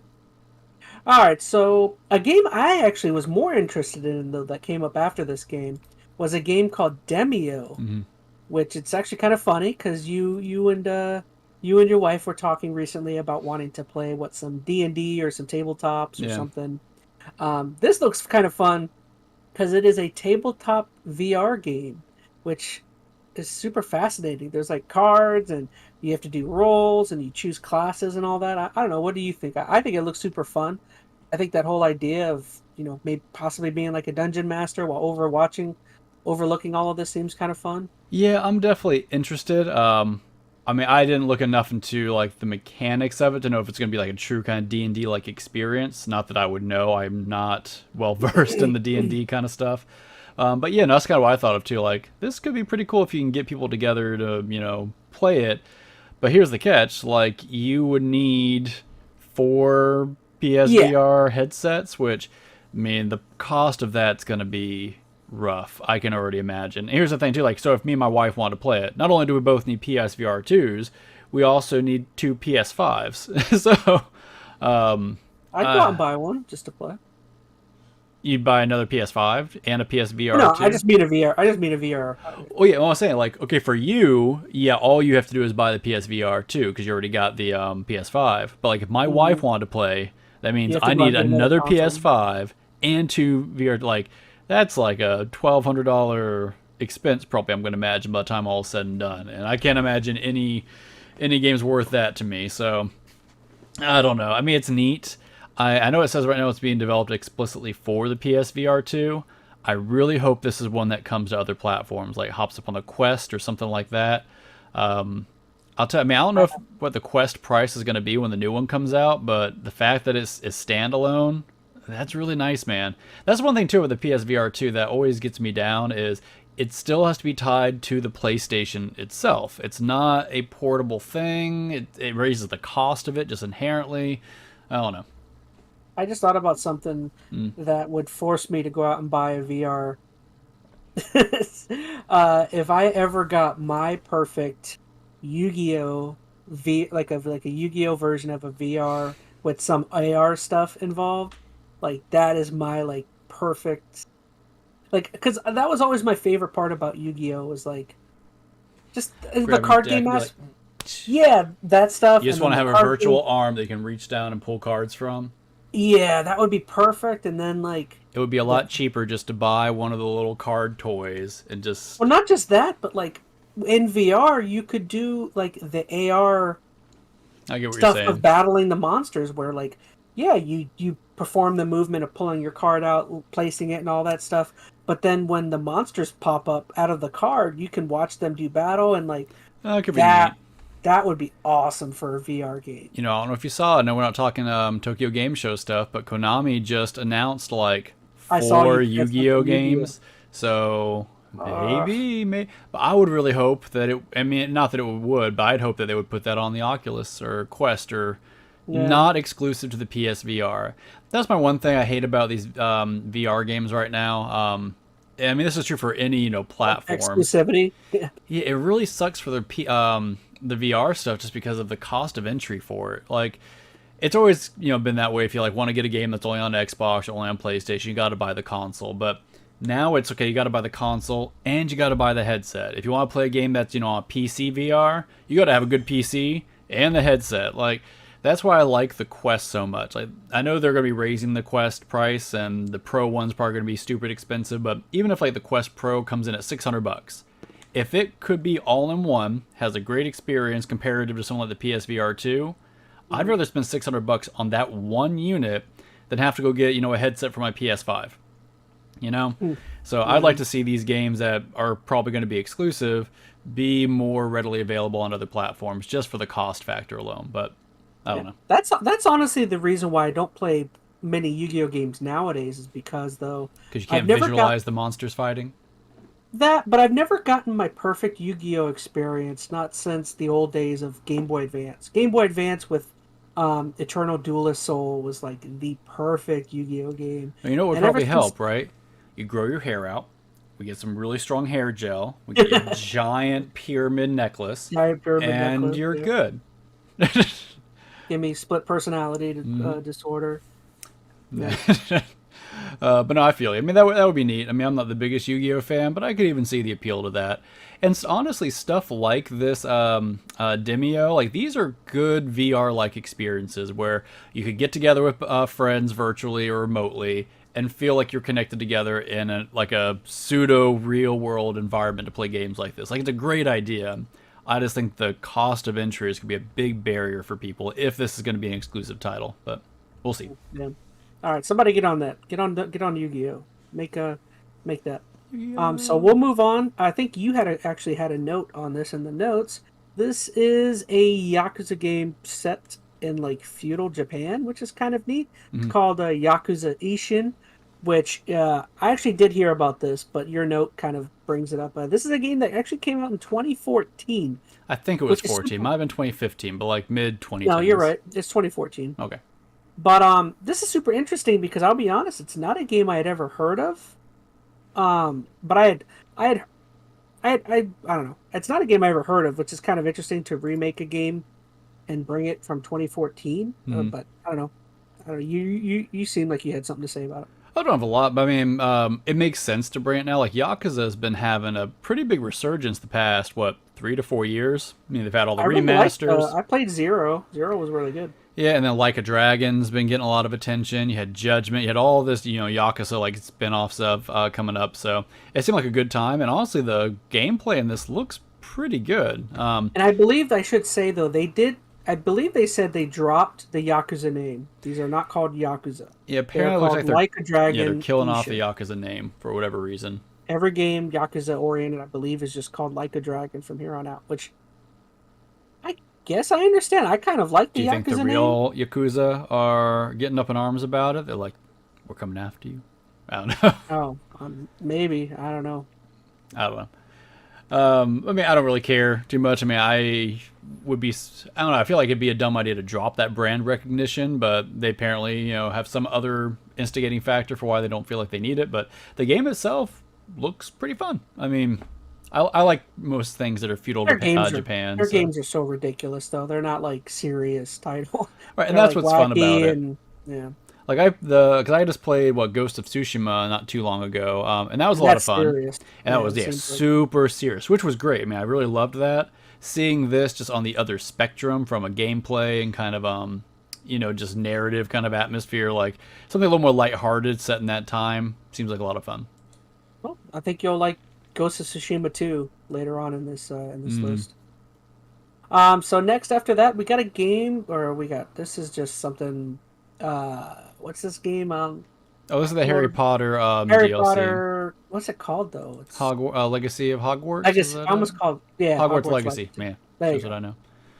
But so yeah, I guess the next new announcement that they showed was this game called Pacific Drive, which is an odd sci-fi looking game that I believe, from what I understand, it's survival horror almost. And it looks very Ghostbustery. Like you have this car. I'm assuming this is VR. No, this looks like a VR. Not VR. No, not that I know of. It's just a first-person driving. Well, I don't know if it's all first-person. I mean, maybe I have to look at a gameplay trailer again. It looks kind of Ghostbustery though. You have a car with all of this supernatural readings and being able to detect stuff. I'm curious how Ghostbustery is going to be though, because you don't really get out of the car. Like the whole point is you were driving away from stuff. It's a driving game. Well, I just mean just because you're in a car? The car can do a bunch of stuff. Yeah, I agree with you. It definitely seems like it's more survival horror oriented. But I don't have a heck of a whole lot to say. I think it looks kind of interesting. I like the look of it. Art style. Is it cell shaded? No, it doesn't look cell shaded. It looks like everything's very oversaturated. And a little, I don't know if a good word to say silhouette-y or something. It's definitely doing some stuff with light to kind of highlight certain areas. But I like it. I mean, I'm not a big survival horror guy. There's a fine line for what I'm willing to kind of deal with and what I'm not. And this, I think, this doesn't look super horror. Yeah, it doesn't look super intense from that standpoint. It just looks, has some good tension to it. It's got a cool kind of mood. There's some cool visuals. I like driving games, so I don't know. I'm kind of digging this. I need to see more, of course, but I like it. I'm not negative on this one at all. You don't need to see. Go pre-order it. You don't need to see anything. Don't pre-order anything ever. That's the worst advice you can give anybody. Pre-order everything. No. Spend all your monies. I don't know. All right, so we're gonna move on to Sin Duality, which I think I actually heard about. I saw this one. I guess this was a fun mention. Not fun, but they did announce that their PlayStation Stars thing is going to be getting rolled out into Asia, and then it'll be coming to America here eventually. And you just earn little digital rewards, right? I saw a lot of people that were so cynical on this whole thing, and I don't know. A lot of people don't seem to particularly care about any of this stuff. I was worried because at first, when I started seeing this stuff, I thought they were rolling out NFTs, and I was like... Wouldn't surprise you, man. A lot of people still think this is a form of NFTs, but I first saw it, I was like, oh no, they're doing it. You saw a freaking Square with those Final Fantasy toy NFTs? That's a whole nother topic.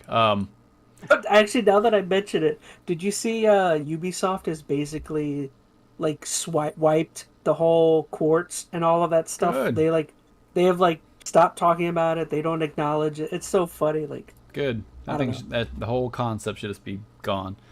But I don't know. I mean, I guess I'm not negative on the rewards thing. It just seems really purposeless. I don't know.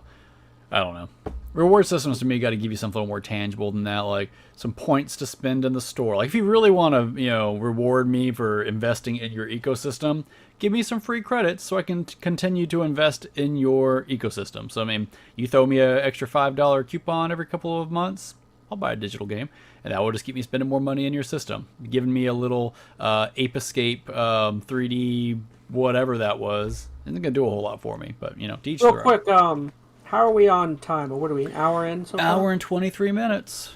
Already? Oh my gosh! I Holy told cow! you were talking like, oh, this would be a quick podcast. Nothing we do is quick ever. All right, real quick. Synduality. You said it looks something like Lost Planet. Yeah, that's the only thing I have to say. Like, elaborate. From what, and I didn't play a lot of Lost Planet, but I remember, you're kind of walking through different environments.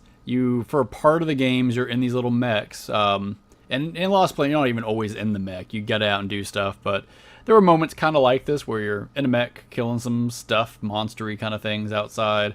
That's about the extent of it. I don't have anything more to say than that. I'm not negative on this. If you're a mech guy, you'll probably love this. If you're not, looks like JRPG Titanfall. All right. I have nothing. I'm not a huge JRPG guy. Like I feel like there's some titles I enjoy, even though I shouldn't say. Is this a JRPG? I don't know if it's a JRPG per se. I didn't see many RPG components in it, but I could be wrong. I just saw the mech stuff. Interesting. The next one is this game called, what is it, Stellar Blade? I know it was called Project Eden prior to that, Project I think. Eve. Oh, Eden, Eve. But, yeah, it's some sort of also, like, maybe it might be JRPG-ish, but it's action-oriented. Although it looks kind of hack and slashy, maybe like Devil May Cry or something. Yeah. But, yeah, looks fine. Yeah, I'm trying to, say if I have anything to say about this game. It looks nice. A lot of the combat, though, from what I can tell, you're always fighting, one enemy. So it makes me hard to kind of feel like, okay, is this hack and slashy, Bayonetta style stuff? Or is it, I don't know, more intimate, kind of like Final Fantasy VII kind of action-oriented combat? I don't know. I mean, the graphics and the presentation look pretty good, so, I'll give it that. Looks kind of, what's the word? Maybe like Ghost in the Shell-y, maybe a little bit? Yeah, maybe. This is a game I think I'd have to play a demo of or something to really get a feel for it. It looks good, but that's about the extent of it. It almost looks too good sometimes. It makes me wonder if any of that was true gameplay. But I don't know. That's kind of neither here or there. Once again, I think a demo or something like it, which they don't release nearly enough of those anymore, I think would be helpful. But looks good. Good enough. And then I know one of the biggest announcements that a lot of people were excited about was this game that got announced called Rise of Ronin, which you made the joke off air, but it kind of looks Ghost of Tsushima in a slightly more modern setting. Well, I didn't mean that as a joke. I meant that in a good way. It looks like what I want to say I'd expect a Ghost of Tsushima sequel to be, but it's a more modernized period for that type of game. At least not, and the whole game doesn't look like that too. Some of these scenes honestly look pretty different than how Tsushima. That right there though, he's riding the horse in that environment. That screams Ghost of Tsushima. So I heard some people call it Ghost of Tsushima mixed with Assassin's Creed. Yeah, it's all flying and some other stuff. And it's got some more dramatic kind of I don't want to say arcadey, but hack and slashy action in there. Ghost of Tsushima was, I don't want to say realistic because as realistic as a game like that can be. This one's definitely got some more flashy combat. I mean, it's Team Ninja, so Ninja Gaiden and stuff like that. It seems like it's kind of got that DNA mixed in there, which is, I'm all for it. Like I said, Ghost of Tsushima, I know we haven't talked about it in the podcast much, but I really enjoyed that game. It was one of my favorite open world games I've played part of the past couple of years. So anything with that kind of feel and environment with maybe just a little, spin on the gameplay, I'm all for. So this game's kind of way out there, though. Just because your name is Team Ninja, though, does that mean you have to make a ninja or samurai-oriented game? No, but that's not all they made. They made other stuff. I know, I'm just kidding. Yeah, you're not funny. But the only thing is, Roughly like, the guy's known for Ninja Gaiden, that Team Ninja. I'm pretty sure. I could be wrong, but Team Ninja Gaiden. Yeah, I'm Team just being Ninja. funny, just being a wise guy. That's all. Sheesh. Well, you're not that funny. They did Neo, Dead or Alive. So I mean, they've done a whole bunch of different stuff. But yeah, they do lean towards the, I guess, Ninja E something. I don't know, whatever. They should have done like a Western mafia game, huh? Team Ninja, yeah, that's different. Yep. Sure. I don't know. Yeah, whatever you say. I'm sure. This game is way out there, though. I don't know if you saw the date's like Oh yeah, 2024. 2024. Yeah. So it Long seems before. really early to be dropping this. I mean, sure, there's, dropping a nugget there to kind of keep in the back of your mind, but I'm not a fan when they do mention games this far out. Because for one, I think it leads to, overhype sometimes. Because people right now are already hyping this up. They're already getting excited about it. They've got a year to 2 years to wait for it. So The world might not be here in 2024 for all we yeah, know. fair enough. That's a whole nother thing. So Alright. I don't know. It looks good though. I'm digging it. Yeah. And then the final announcement was, of course, a controller. No, I'm kidding. That was part of it, though, is they did announce a new controller for God of War Ragnarok. For people who like, what is this? What color is that? Is that like indigo, ice blue? I think it's gonna be able to. I'm gonna call it Arctic blue. It looks purple to me. Maybe a little bit. It's hard to tell with the shading. I don't see. It just looks like a purple controller with some wolves on it to me. So I'm assuming this is probably going to be what, $100, 120. I doubt that. Most special Is it edition going to be regular controllers. price, 70 to 80? I'd probably say maybe $10 more. But here's the thing, most special edition controllers like that, I mean, really, at least that I've seen, are usually like $10 more because all it literally is a paint job. Now, if this was like that special, what's the name of it? Not DualSense, that's what this is called. The special controller that Sony's putting out, their Elite, that'd be a different thing. Remember. That's one reason why I don't think this controller is going to be super expensive. You've got that controller coming out, and that controller can't be more than $130. Because if they Was go... it Edge? It was like DualSense Edge, I think. Maybe. off the top That of my sounds head. right. So, I would imagine this is going to be an $80 controller.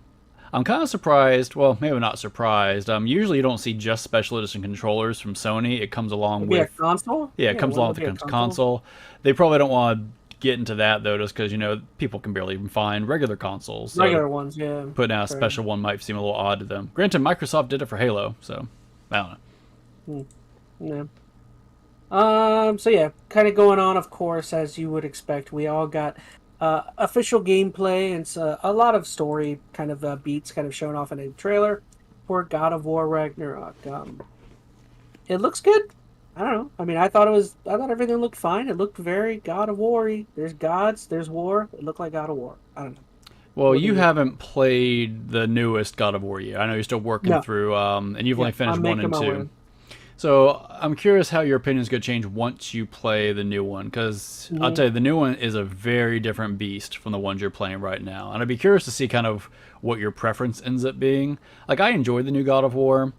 I personally still kind of miss the old God of War gameplay a little bit. I just want to throw in, like, I did read that the Kratos, it's a different Kratos, voice actor. The voice actor from the original games is not this guy from the last two. And I'll be honest, from what I've heard from this newer guy, I don't think his voice is that interesting compared to the original guy. I actually read that the reason why they switched voice actors is because they wanted someone whose body shape fit more Kratos, because the previous guy was super skinny. I guess maybe because they wanted him to do maybe some... I don't see how that should make a big difference, to be honest, but okay. And it couldn't be money, because the guy they went out and got was...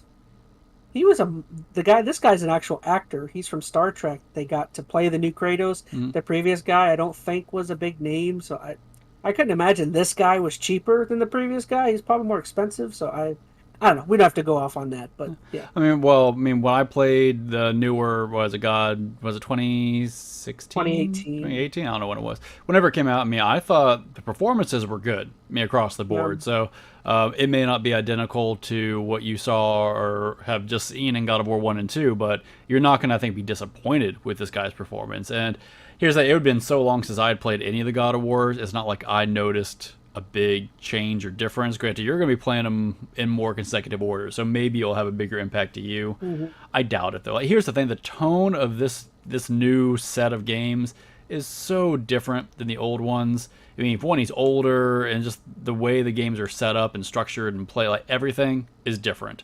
So I don't think a voice actor is going to make a big difference to you one way or the other. But see, I'm very curious to see. But yeah, to me, it looks fine. It looks like God of War. I mean, I don't know. I find it funny that you're saying that, because like the God of Wars you're playing with and the experience you have is not this God of War. So you say it looks like God of War, but as far as your experience of God of War, this is like completely different. So I just find that to be an interesting statement to say. I mean, you're right. This is God of War. Fighting. I just mean you're fighting. But I mean, I don't know. There is. I guess I can say there is more like. It does seem as though there's more like emotional, sentimental aspects maybe that are happening in this that aren't happening in the originals, mainly because in the originals his whole family's already dead, so it's like, how sentimental can he be when he has nothing in those original titles, you know? I think for you to kind of have a good perspective on this game, you need to play the most recent one. Yeah. The previous one. So you need to hurry up on that. I am relatively I'll start excited. War 3 tomorrow. I don't know. I don't know. I don't want to come off like I'm not into this game, because I very much am. I'm not going to be someone who probably buys this day one. I'll play it when it comes out, and I'll enjoy my time with it, but I'm not super pumped for it. I will say, not to be a hater, but I'm kind of hoping this game does really well. It's going to do really well.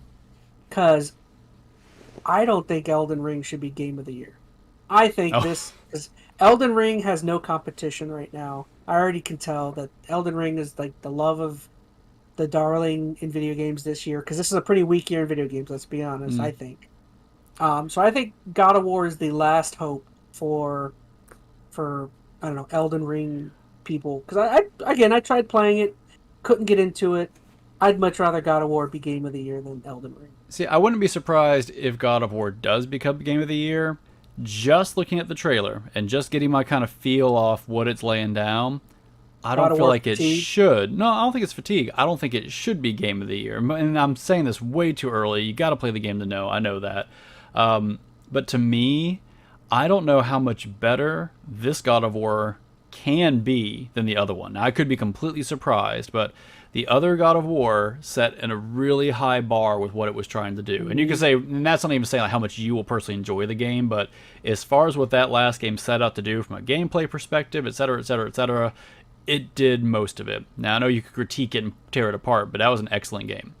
This game, I mean, where do you really go beyond that? You have new set pieces, you add some more mechanics, you, of course, need a good story to wrap it out, but can you really make it better to the extent that I would call it Game of the Year? Or is it just Game of the Year by default because it's the new God of War? Like, that's what I fear is going to happen. It will be Game of the Year, but just because it's this super highly anticipated God of War sequel.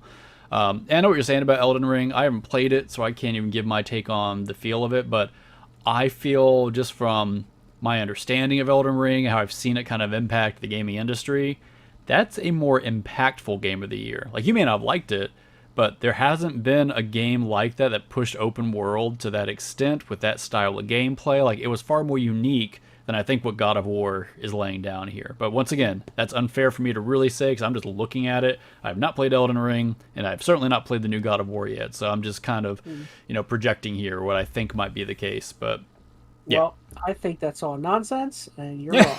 That's fine.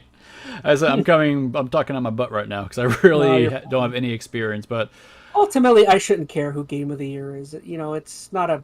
It shouldn't be a thing I should. Well, it's subjective no matter how you look at it. Like, it's hard to objectively look at some of these games. Like, compare a game like Elden Ring to God of War. They were two completely different games. They both should be game of the years for their genre, assuming they both set out to do what they want to do. But I don't know. When I yeah, like, I mean, last year, what It Takes Two won Game of the Year, and I was man, I don't agree with that at all. So, either way, moving on. All right, so moving on, we're going to talk about the Nintendo Direct that happened right before this event. Let's please not talk about every game, We're because not they gonna, listed a lot of games. I was just going to say I'm not going to talk about everything. What do you say we go down the line? Whatever you're interested in, just talk about it. So Fire Emblem Engage, not my type of game. What about you? Same. I'm trying to think if there's anything even like. I mean, I guess it looks good. I don't know. There's strategy. It's not my bag. Yeah, I'll leave it there. Otherwise, I'll go on a weird rant that I have no right to rant about. So, a game I actually am intrigued by, Octopath Traveler 2 got announced. I do have the first game in a couple different styles. I need to play that at some point. Like, I know it's a game I'll love. I think I'll love. It's a JRPG that's old school style. See, I'm curious. Go ahead. Finish your thought, but I want to add something. Well, I'll take that back. I don't know I'll love it, but I'm interested to see if I do. That's definitely a title I've been wanting to stream and play for maybe a year or so now. I'm kind of in the same boat because, like, when the first one came out, I'm like, oh, that looks really cool. And the second one, same thing. Oh, that looks really cool.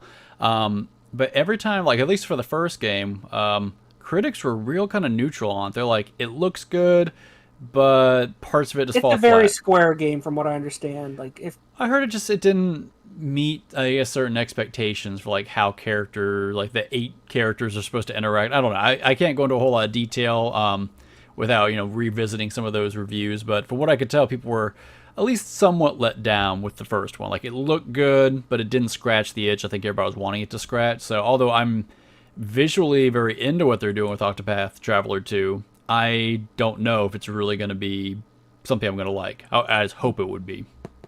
No, I agree. It's definitely one, like, whenever I'm done with my playthrough of God of Wars, like, that's probably something I'm immediately going to go into, is maybe something like this, or maybe Immortality, like you played. There's a bunch of, like, handful of games that I'm kind of vaguely intrigued by. Bayonetta 3, I've never played a Bayonetta game. I do like the DMC style. You'd like it. I played the first one. Don't remember if I finished the first one, but I played a good amount of the first one, and it's fun. I mean, it's that very just quick, snappy, kind of crazy hack and slash arcadey gameplay. And since it seems like you've kind of found a niche that you enjoy with, like, the more recent Devil May Cries, I'd be very surprised if you didn't like Bayonetta. For me, it was just like the theming of Bayonetta is just really kind of weird. And I don't know, it didn't really hit home with me as well. But it's a fun game, at least mechanically. So if you're into those kind of games, I would imagine this one's going to be as good, if not better, than the prior ones. And actually, I will say something that very much interested me is this. Let me try to find it so you guys can see it. Oh, here it is. It's this weird Final Fantasy rhythm game. I don't like rhythm games, but man, I just thought this looked so cool because if you can't tell, you get to play every song in, like, I'm not saying every song. I just want to pause you and say, you just said you don't like playing rhythm games, but the game you played today and ranted about was a rhythm game. So that's fair enough. Anyway, rhythm isn't generally my bag, but because that was metal oriented, I was digging it. But this, like, just the idea that I get to play alongside every Final Fantasy song. Well, not every one, but it's probably close. Yeah. A large library. And I don't know, it just seems fun. You get to see, like, trailers from previous games and stuff while you're playing rhythm songs. I don't know, it just looks neat. Something I'm interested in. Yeah. I think the catch, though, is if you want to get all the songs, you've got to pony up some money for, like, the deluxe and for whatever. But honestly, if you're buying this game for the songs, this is probably a game you'd want to invest in and go ahead and get everything for. But it's a crap load, man. I think if you get everything, not even counting some of the future DLCs, it's like 500 and something songs. So if you just love the Final Fantasy soundtrack, which, let's be real, they have some awesome songs, then this is going to keep you busy for a long time. That's not going to be a streamable game, though. I guarantee you almost all of that is copyrighted. Yeah. So yeah, moving on to something else that I actually was very excited by is, oh my gosh, how do I find it? None of this is they're not in the same order. Try and go quick. Oh, here it is.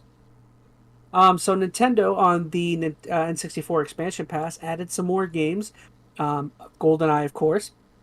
And something I'm excited, but I'm mad that they're doing is they added the first 3 Mario Party games, but they're not all releasing at the same time. I'm so incredibly annoyed by that. Like, I think they said the first 2 are releasing together, and then the third one is releasing like a year from now or A something. It's year like, from now? Is that what they said? hold on. They said it right here. I thought it was just like sometime next year. Oh. Yeah. Which could mean January. Okay, so sometime next year. Okay. It won't be it was that long. Like when they released or had the the lineup for the last batch of N64 games coming out, it was like every month you got one. So that's how it's probably gonna work. We're in September now, so October you're gonna get Pilot Wings. November you're gonna get Mario Party. December you're gonna get Mario Party 2. January you're gonna get Mario Party 3. It's gonna be one of those things where they can kind of drip feed these to you for the next 6 to 7 months or however long. You know who would love these announcements is our buddy MetalGamer. Oh yeah, he's a huge Mario Party fan. Mario Party 2 is his jam, man. Yeah, and Pilot Wings I know he loves too. So and for me it's like I love the first 3 Mario Parties, and I get Pokemon Stadium 1 and 2, and I don't have to pop in the 64, it's just like So that leads me to my question about this, because if people people love the N64. I'm one of them, but most people, when they really sit down and think about it, there's only 40 really great games on the N64. Like the whole catalog, some of it's kind of junky. You have those 40 core like first party and a couple of third party games, and now we're almost at the point where that N64 expansion pass has most of them. Is that enough to encourage you to spend for that extra N64 pass? I already was going to do it, but you didn't want to do it. So. Well, no, I didn't, because at the time I did not think it was worth it. You should ask yourself that question. Well, this is how I start a conversation, Chaz. But that's when this hit. Be honest though, when this whole N64 thing first came out, it was not worth it, because it's not a cheap upgrade, and there wasn't anything else really with it. My desire to do it was simply greed. You wanted content for your channel. It was my wanting to do it was simply because I'm a nerd, not because I looked at the product and thought, wow, that's a great value. No, it was because I was like, I got money burning a hole in my pocket. And see, for me, like, for the few N64 games that were on the initial list that I could play, I was okay just grabbing them off my shelf and putting them into my console and playing them. But now there's a much larger convenience, because now a bulk of the N64 games I would want are on here. And they're on the N64. And they're modernized with online. So now I'm starting to be more interested. I'm not sure if I'm sold on it just yet, but that's a bulk of what I'd want to see for an N64 collection. And you're still getting, like, the Mario Kart passes? Isn't that still built into it? I know the Animal Crossing is. I think the Mario Kart Deluxe stuff, which that's actually kind of big, because they're still putting out new content for Mario Party 8. Not Mario Party, I'm sorry, Mario Kart. So, yeah, this is kind of big news. Some people might see it differently, but that's a core set of N64 games that I think it's, and 1080, man, that's a great snowboarding game if you haven't played that or don't recall that one. It's no SSX, but those 3 Mario Party games are like what, $60 to $100 games each. Oh yeah, if you're getting them legit. Stadium 2 is like $100 game right now. Yeah, great games to be able to let people play. Yeah, no, I agree. So honestly, kind of the sleeper news to me of this whole direct, like I agree. That really adds value to what they're trying to sell. And then you have the Sega stuff built into that expansion pass too now. So I think it's probably at a point now where if you're interested at all in those services, the cost is probably balanced out or pretty close to it. All right, so moving on, we have Final Fantasy Crisis Core.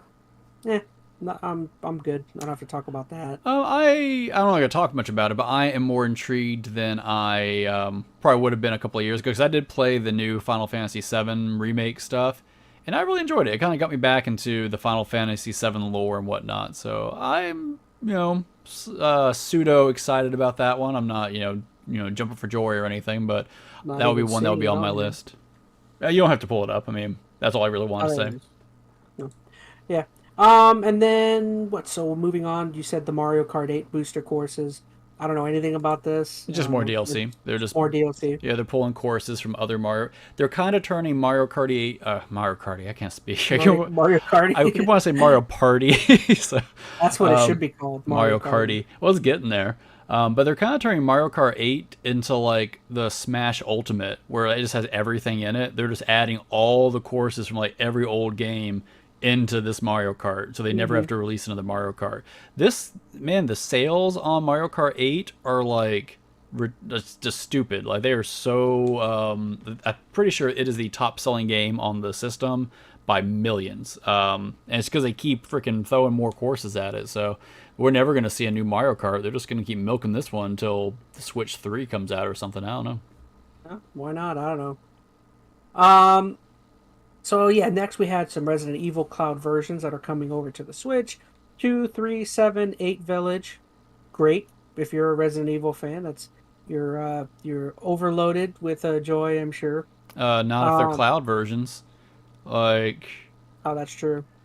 Every game's going to handle the cloud a little bit differently. Resident Evil's a little slower pace than, like, you know, people are all up in arms about Kingdom Hearts, because that's a very fast-paced kind of action game. So, I don't know. You played Resident Evil more recently than me. How do you think it would play if it was maybe a little laggier, or the input was a little slower on it? Like, do you feel like that would have affected your gameplay significantly? That'd be a game I would be very frustrated if there was any lag playing, because the whole survival horror aspect of those games is you take damage. That extra bit of tension because it lagged out on you. Yeah, that it would be super frustrating, because again, those games are all about healing and trying not to take damage, and if you're forced to take damage for stuff that's out of your control, I'd be very frustrated. Imagine lagging out while that baby thing is chasing you. Oh my god! Yeah. Don't even remind me. Give you a heart attack. So yeah, so that we have some remasters: Tales of Symphonia, Kirby's Return to Dreamland Deluxe. And there were more than that. They had a handful of remasters. I know some, like that Harvest Moon is technically a remaster. Like, they had, isn't Rune Factory, I think 3 a remaster, or at least a port of something? No idea. I don't know. They had a lot of remasters. And I am curious if they will be full price. Like, especially that, like, Kirby's Dreamland Deluxe. I'm pretty sure that was a Wii game.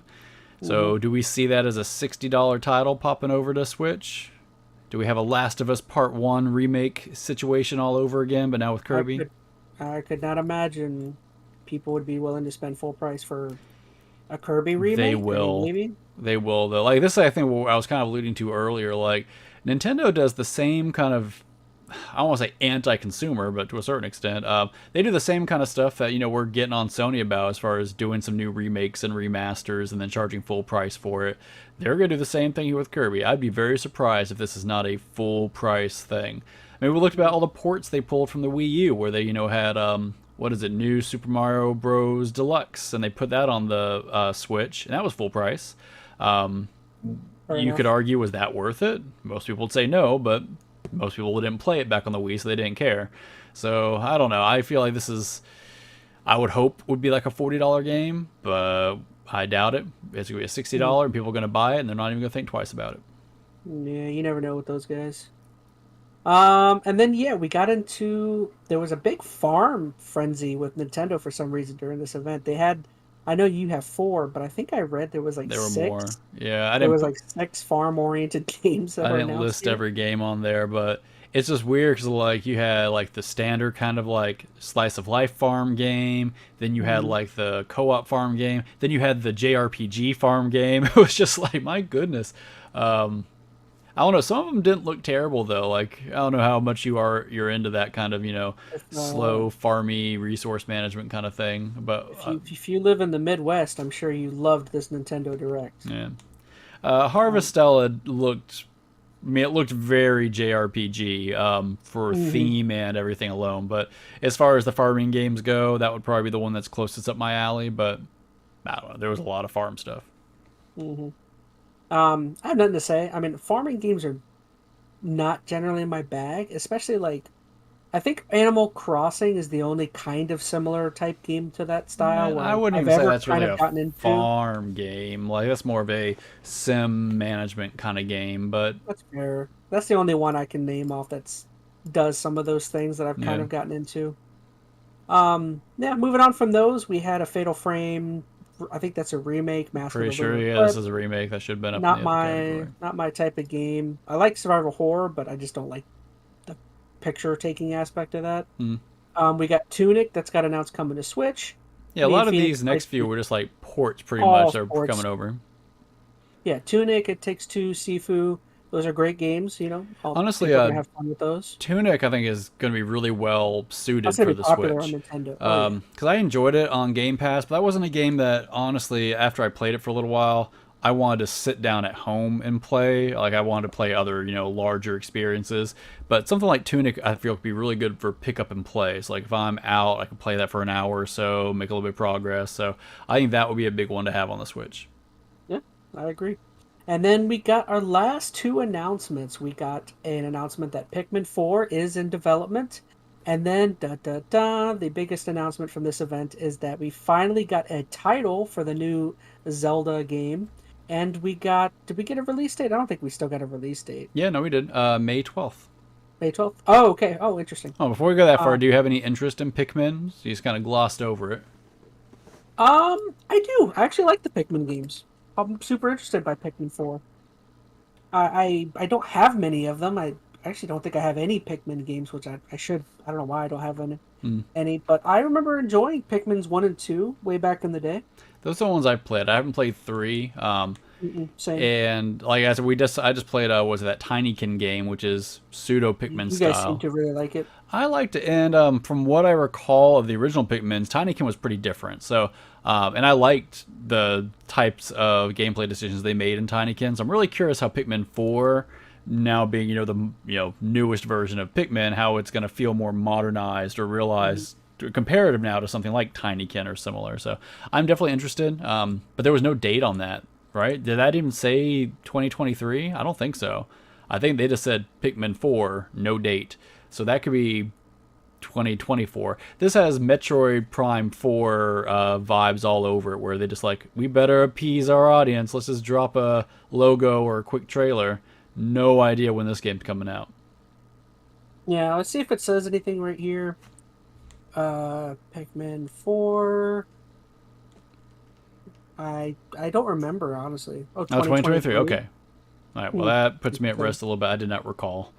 But still, I don't think that's going to be early 2023. That's not going to come out before Zelda. And Zelda is, mid next year. So this is like winter of next year. Probably winter. Fall. Yeah, my guess. So, all right. So, yeah, Zelda. Yep. That was the biggest thing everyone took away. I mean, you got some more gameplay footage that they showed and just a little bit of story. Do you feel like it was worth them not streaming this in the UK because of that title? Is that why they didn't do that? I don't think it's officially said it, but come on. Like, if there was any reason for them to have not streamed it there, Tears of the Kingdom, like, I think that was probably their rationale. Because most people are all like, why are they bothering, not streaming this? Doesn't make any sense. No one cares about your video games, making us all sad. But when you have a title, Tears of the Kingdom, I could understand there may be a little bit of a insensitivity there, but I don't know. I'm not trying to sound insensitive. It's a video game title, man. Yeah, everything's political now, though. You gotta tread carefully. But does what you saw in this trailer appeal to you? Does it feel that different than Breath of the Wild, enough to encourage you to get excited? Maybe. I mean, it looks like Zelda. I mean, that's all I'm looking for. I'll be honest, I didn't like Breath of the Wild. I thought was good, but it is not my favorite Zelda experience to date. I know for a lot of people it is, but I don't know. I want to say I enjoyed Skyward Sword more. I feel like that might be my fault. I feel like I really kind of pushed you towards liking Skyward Sword. I liked Wind Waker more than this one too. Wind Waker and Skyward Sword are like my two. And I never even finished Wind Waker. I got through most of it, but I actually need to finish that one. Yeah, but I don't know if we've talked about it much on the podcast. We might have. Did we have the podcast going back when the Skyward Sword HD thing came out? No.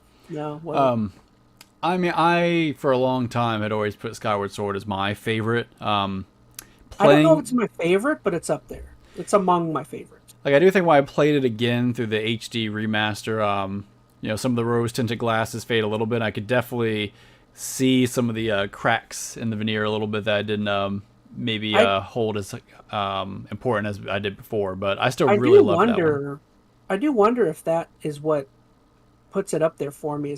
I wonder if I had played like the original version back in the day when it came out, maybe my viewpoint would be slighted. But because I played a better looking version that had, improved. A lot of people were touting the flying mechanics being heavily improved in the Skyward Sword version.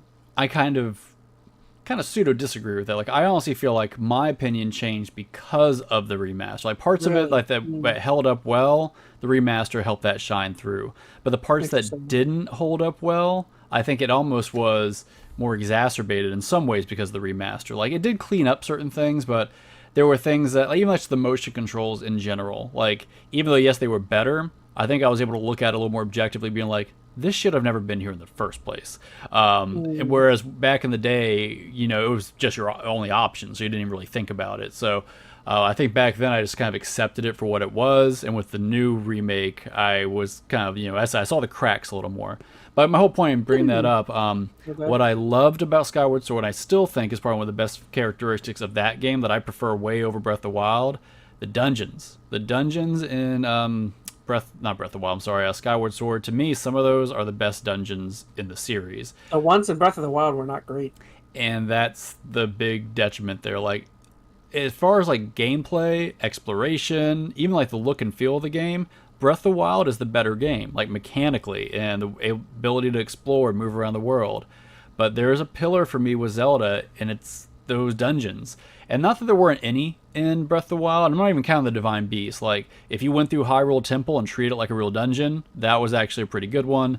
And they had like that labyrinth you could go find, but those are both kind of optional things. I feel like that choice, I want to say it straight up hurt the game, but some of the best content that probably could have appeased me back then, I think was kind of left out, and I missed out on that core not dungeon crawling, but the puzzly dungeon kind of stuff. The shrines didn't do it for me. I agree. This game has, I think, the potential though to be the best Zelda game. Like, if they can, for me, marry the Breath of the Wild gameplay, which clearly that's what they're going to have. So I don't think they're going to deviate much from the exploration and the gameplay that made Breath of the Wild. I really want to see some good dungeons. Like, it feels Skyward Swordy just because they're up in the sky on these little islands, so that kind of gives me some nostalgic cues there. But if they have the dungeons of any deeper quality than what we saw in the last game, I'm gonna be pretty pumped about this one. Question is, where do they go with this game? Didn't the previous game end with you beating Ganon once again? You freed up the Hyrule. Yeah, but you never really beat Ganon. That's the whole thing with this. It's like, well, have they said enemy. What this game like? Very little. I think there was like one trailer where you saw. Is it a different time frame, or is it? No, it's a follow up, so it's not. At least from the trailers we've seen, it's not a huge time jump from the end of the last game. So I don't know, say within 5 years chronologically, and I don't know that for sure, but I'm assuming because it's the same Link as far as I know, and he doesn't look any different. He's like going to college now. Oh, I'm sure it's gonna be a slice of life kind of Persona-like game. Balance his work and love life, and he has to go on dates with Zelda in between his dungeon crawling. I don't know. As far as I know, it's chronologically right after the other game, or pretty close to it. I don't know exactly who the big bad is. They haven't said. They showed like one trailer when this first was announced of some zombie guy like waking up. And I don't know if that's supposed to be another form of Ganon or something completely different, but it could be another. Bells and Debt. That's his enemy in the new one. Always. So I don't know, that can be whatever. I don't need it to be Ganon. I don't really care who the villain is as long as they set it up well. I don't care. I'm actually excited about this.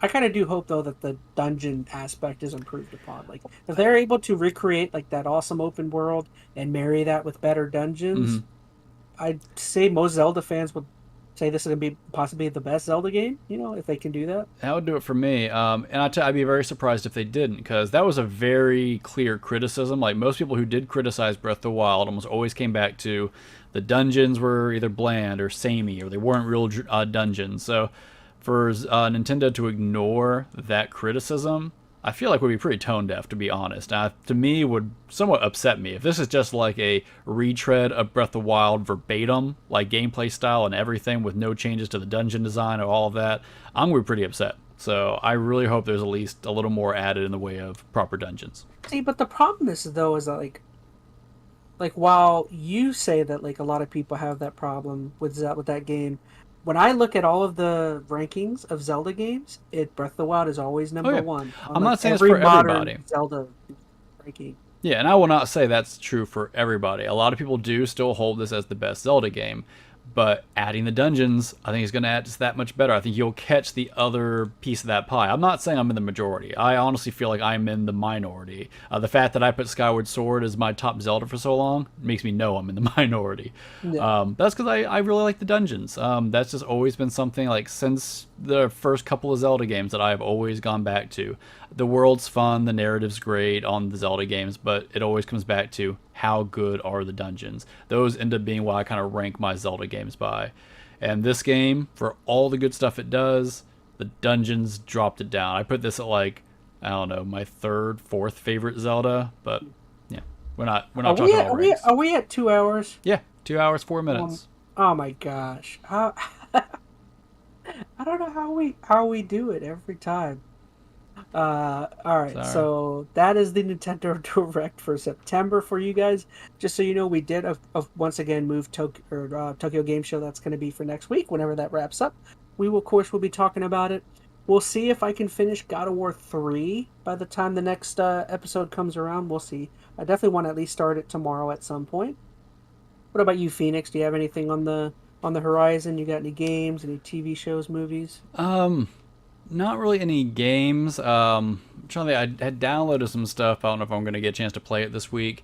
I know they just put out the new season of Cobra Kai. I don't know if you've watched any of that show. I only watched the first season. Yeah, it's kind of a guilty pleasure for me right now. Like, I don't feel like the newer seasons are anywhere near as good as the first one. They're getting a little annoying in some ways, but I'm kind of suckered in at this point, so I might try to start catching up with that. But that's about it. So I might watch that. I might try to find a game to play. Kind of depends how this week goes. I'm still on the Lord of the Rings, Rings of Power. I've covered every episode up to this point. I remember telling you it was pretty good at first. Those first 2 episodes were pretty good. The show has definitely dipped a little bit in episodes 3 and 4. Episode 3 was not great. I don't want to go into detail, but it just... Some of the creative decisions and getting away from some of the... I don't know, just some things that are Lord of the Ringsy. It's kind of out there. It's still good. I've heard most people say they actually like the new Game of Thrones TV show more than Rings of Power, which I'm shocked by. I'm shocked so many people love the new Game of Thrones TV show. It's apparently really popular, but I refuse. I'm not watching that. I can't. No, fair enough. But yeah, I guess that's it, guys. I don't know. Any opinions or any topic suggestions, or if you hated anything we said or loved anything we said, feel free to comment down below. Oh, you hate everything we said. Make fun of my glasses. I don't know. I want to hear whatever your opinion. No, I'm kidding. Don't leave that down there. Hopefully we can get our buddy MetalGamer to talk with us on Tokyo Game Show next week. We will see. But yeah, as always, I just want to say thank you so much for joining us. We love you. We hope you're safe. And we can't wait to see you on the next episode of the EnteR ChazmaN podcast. All right, Phoenix, anything? No, that's it for me. All right, guys. We will see you again. Bye-bye. See you.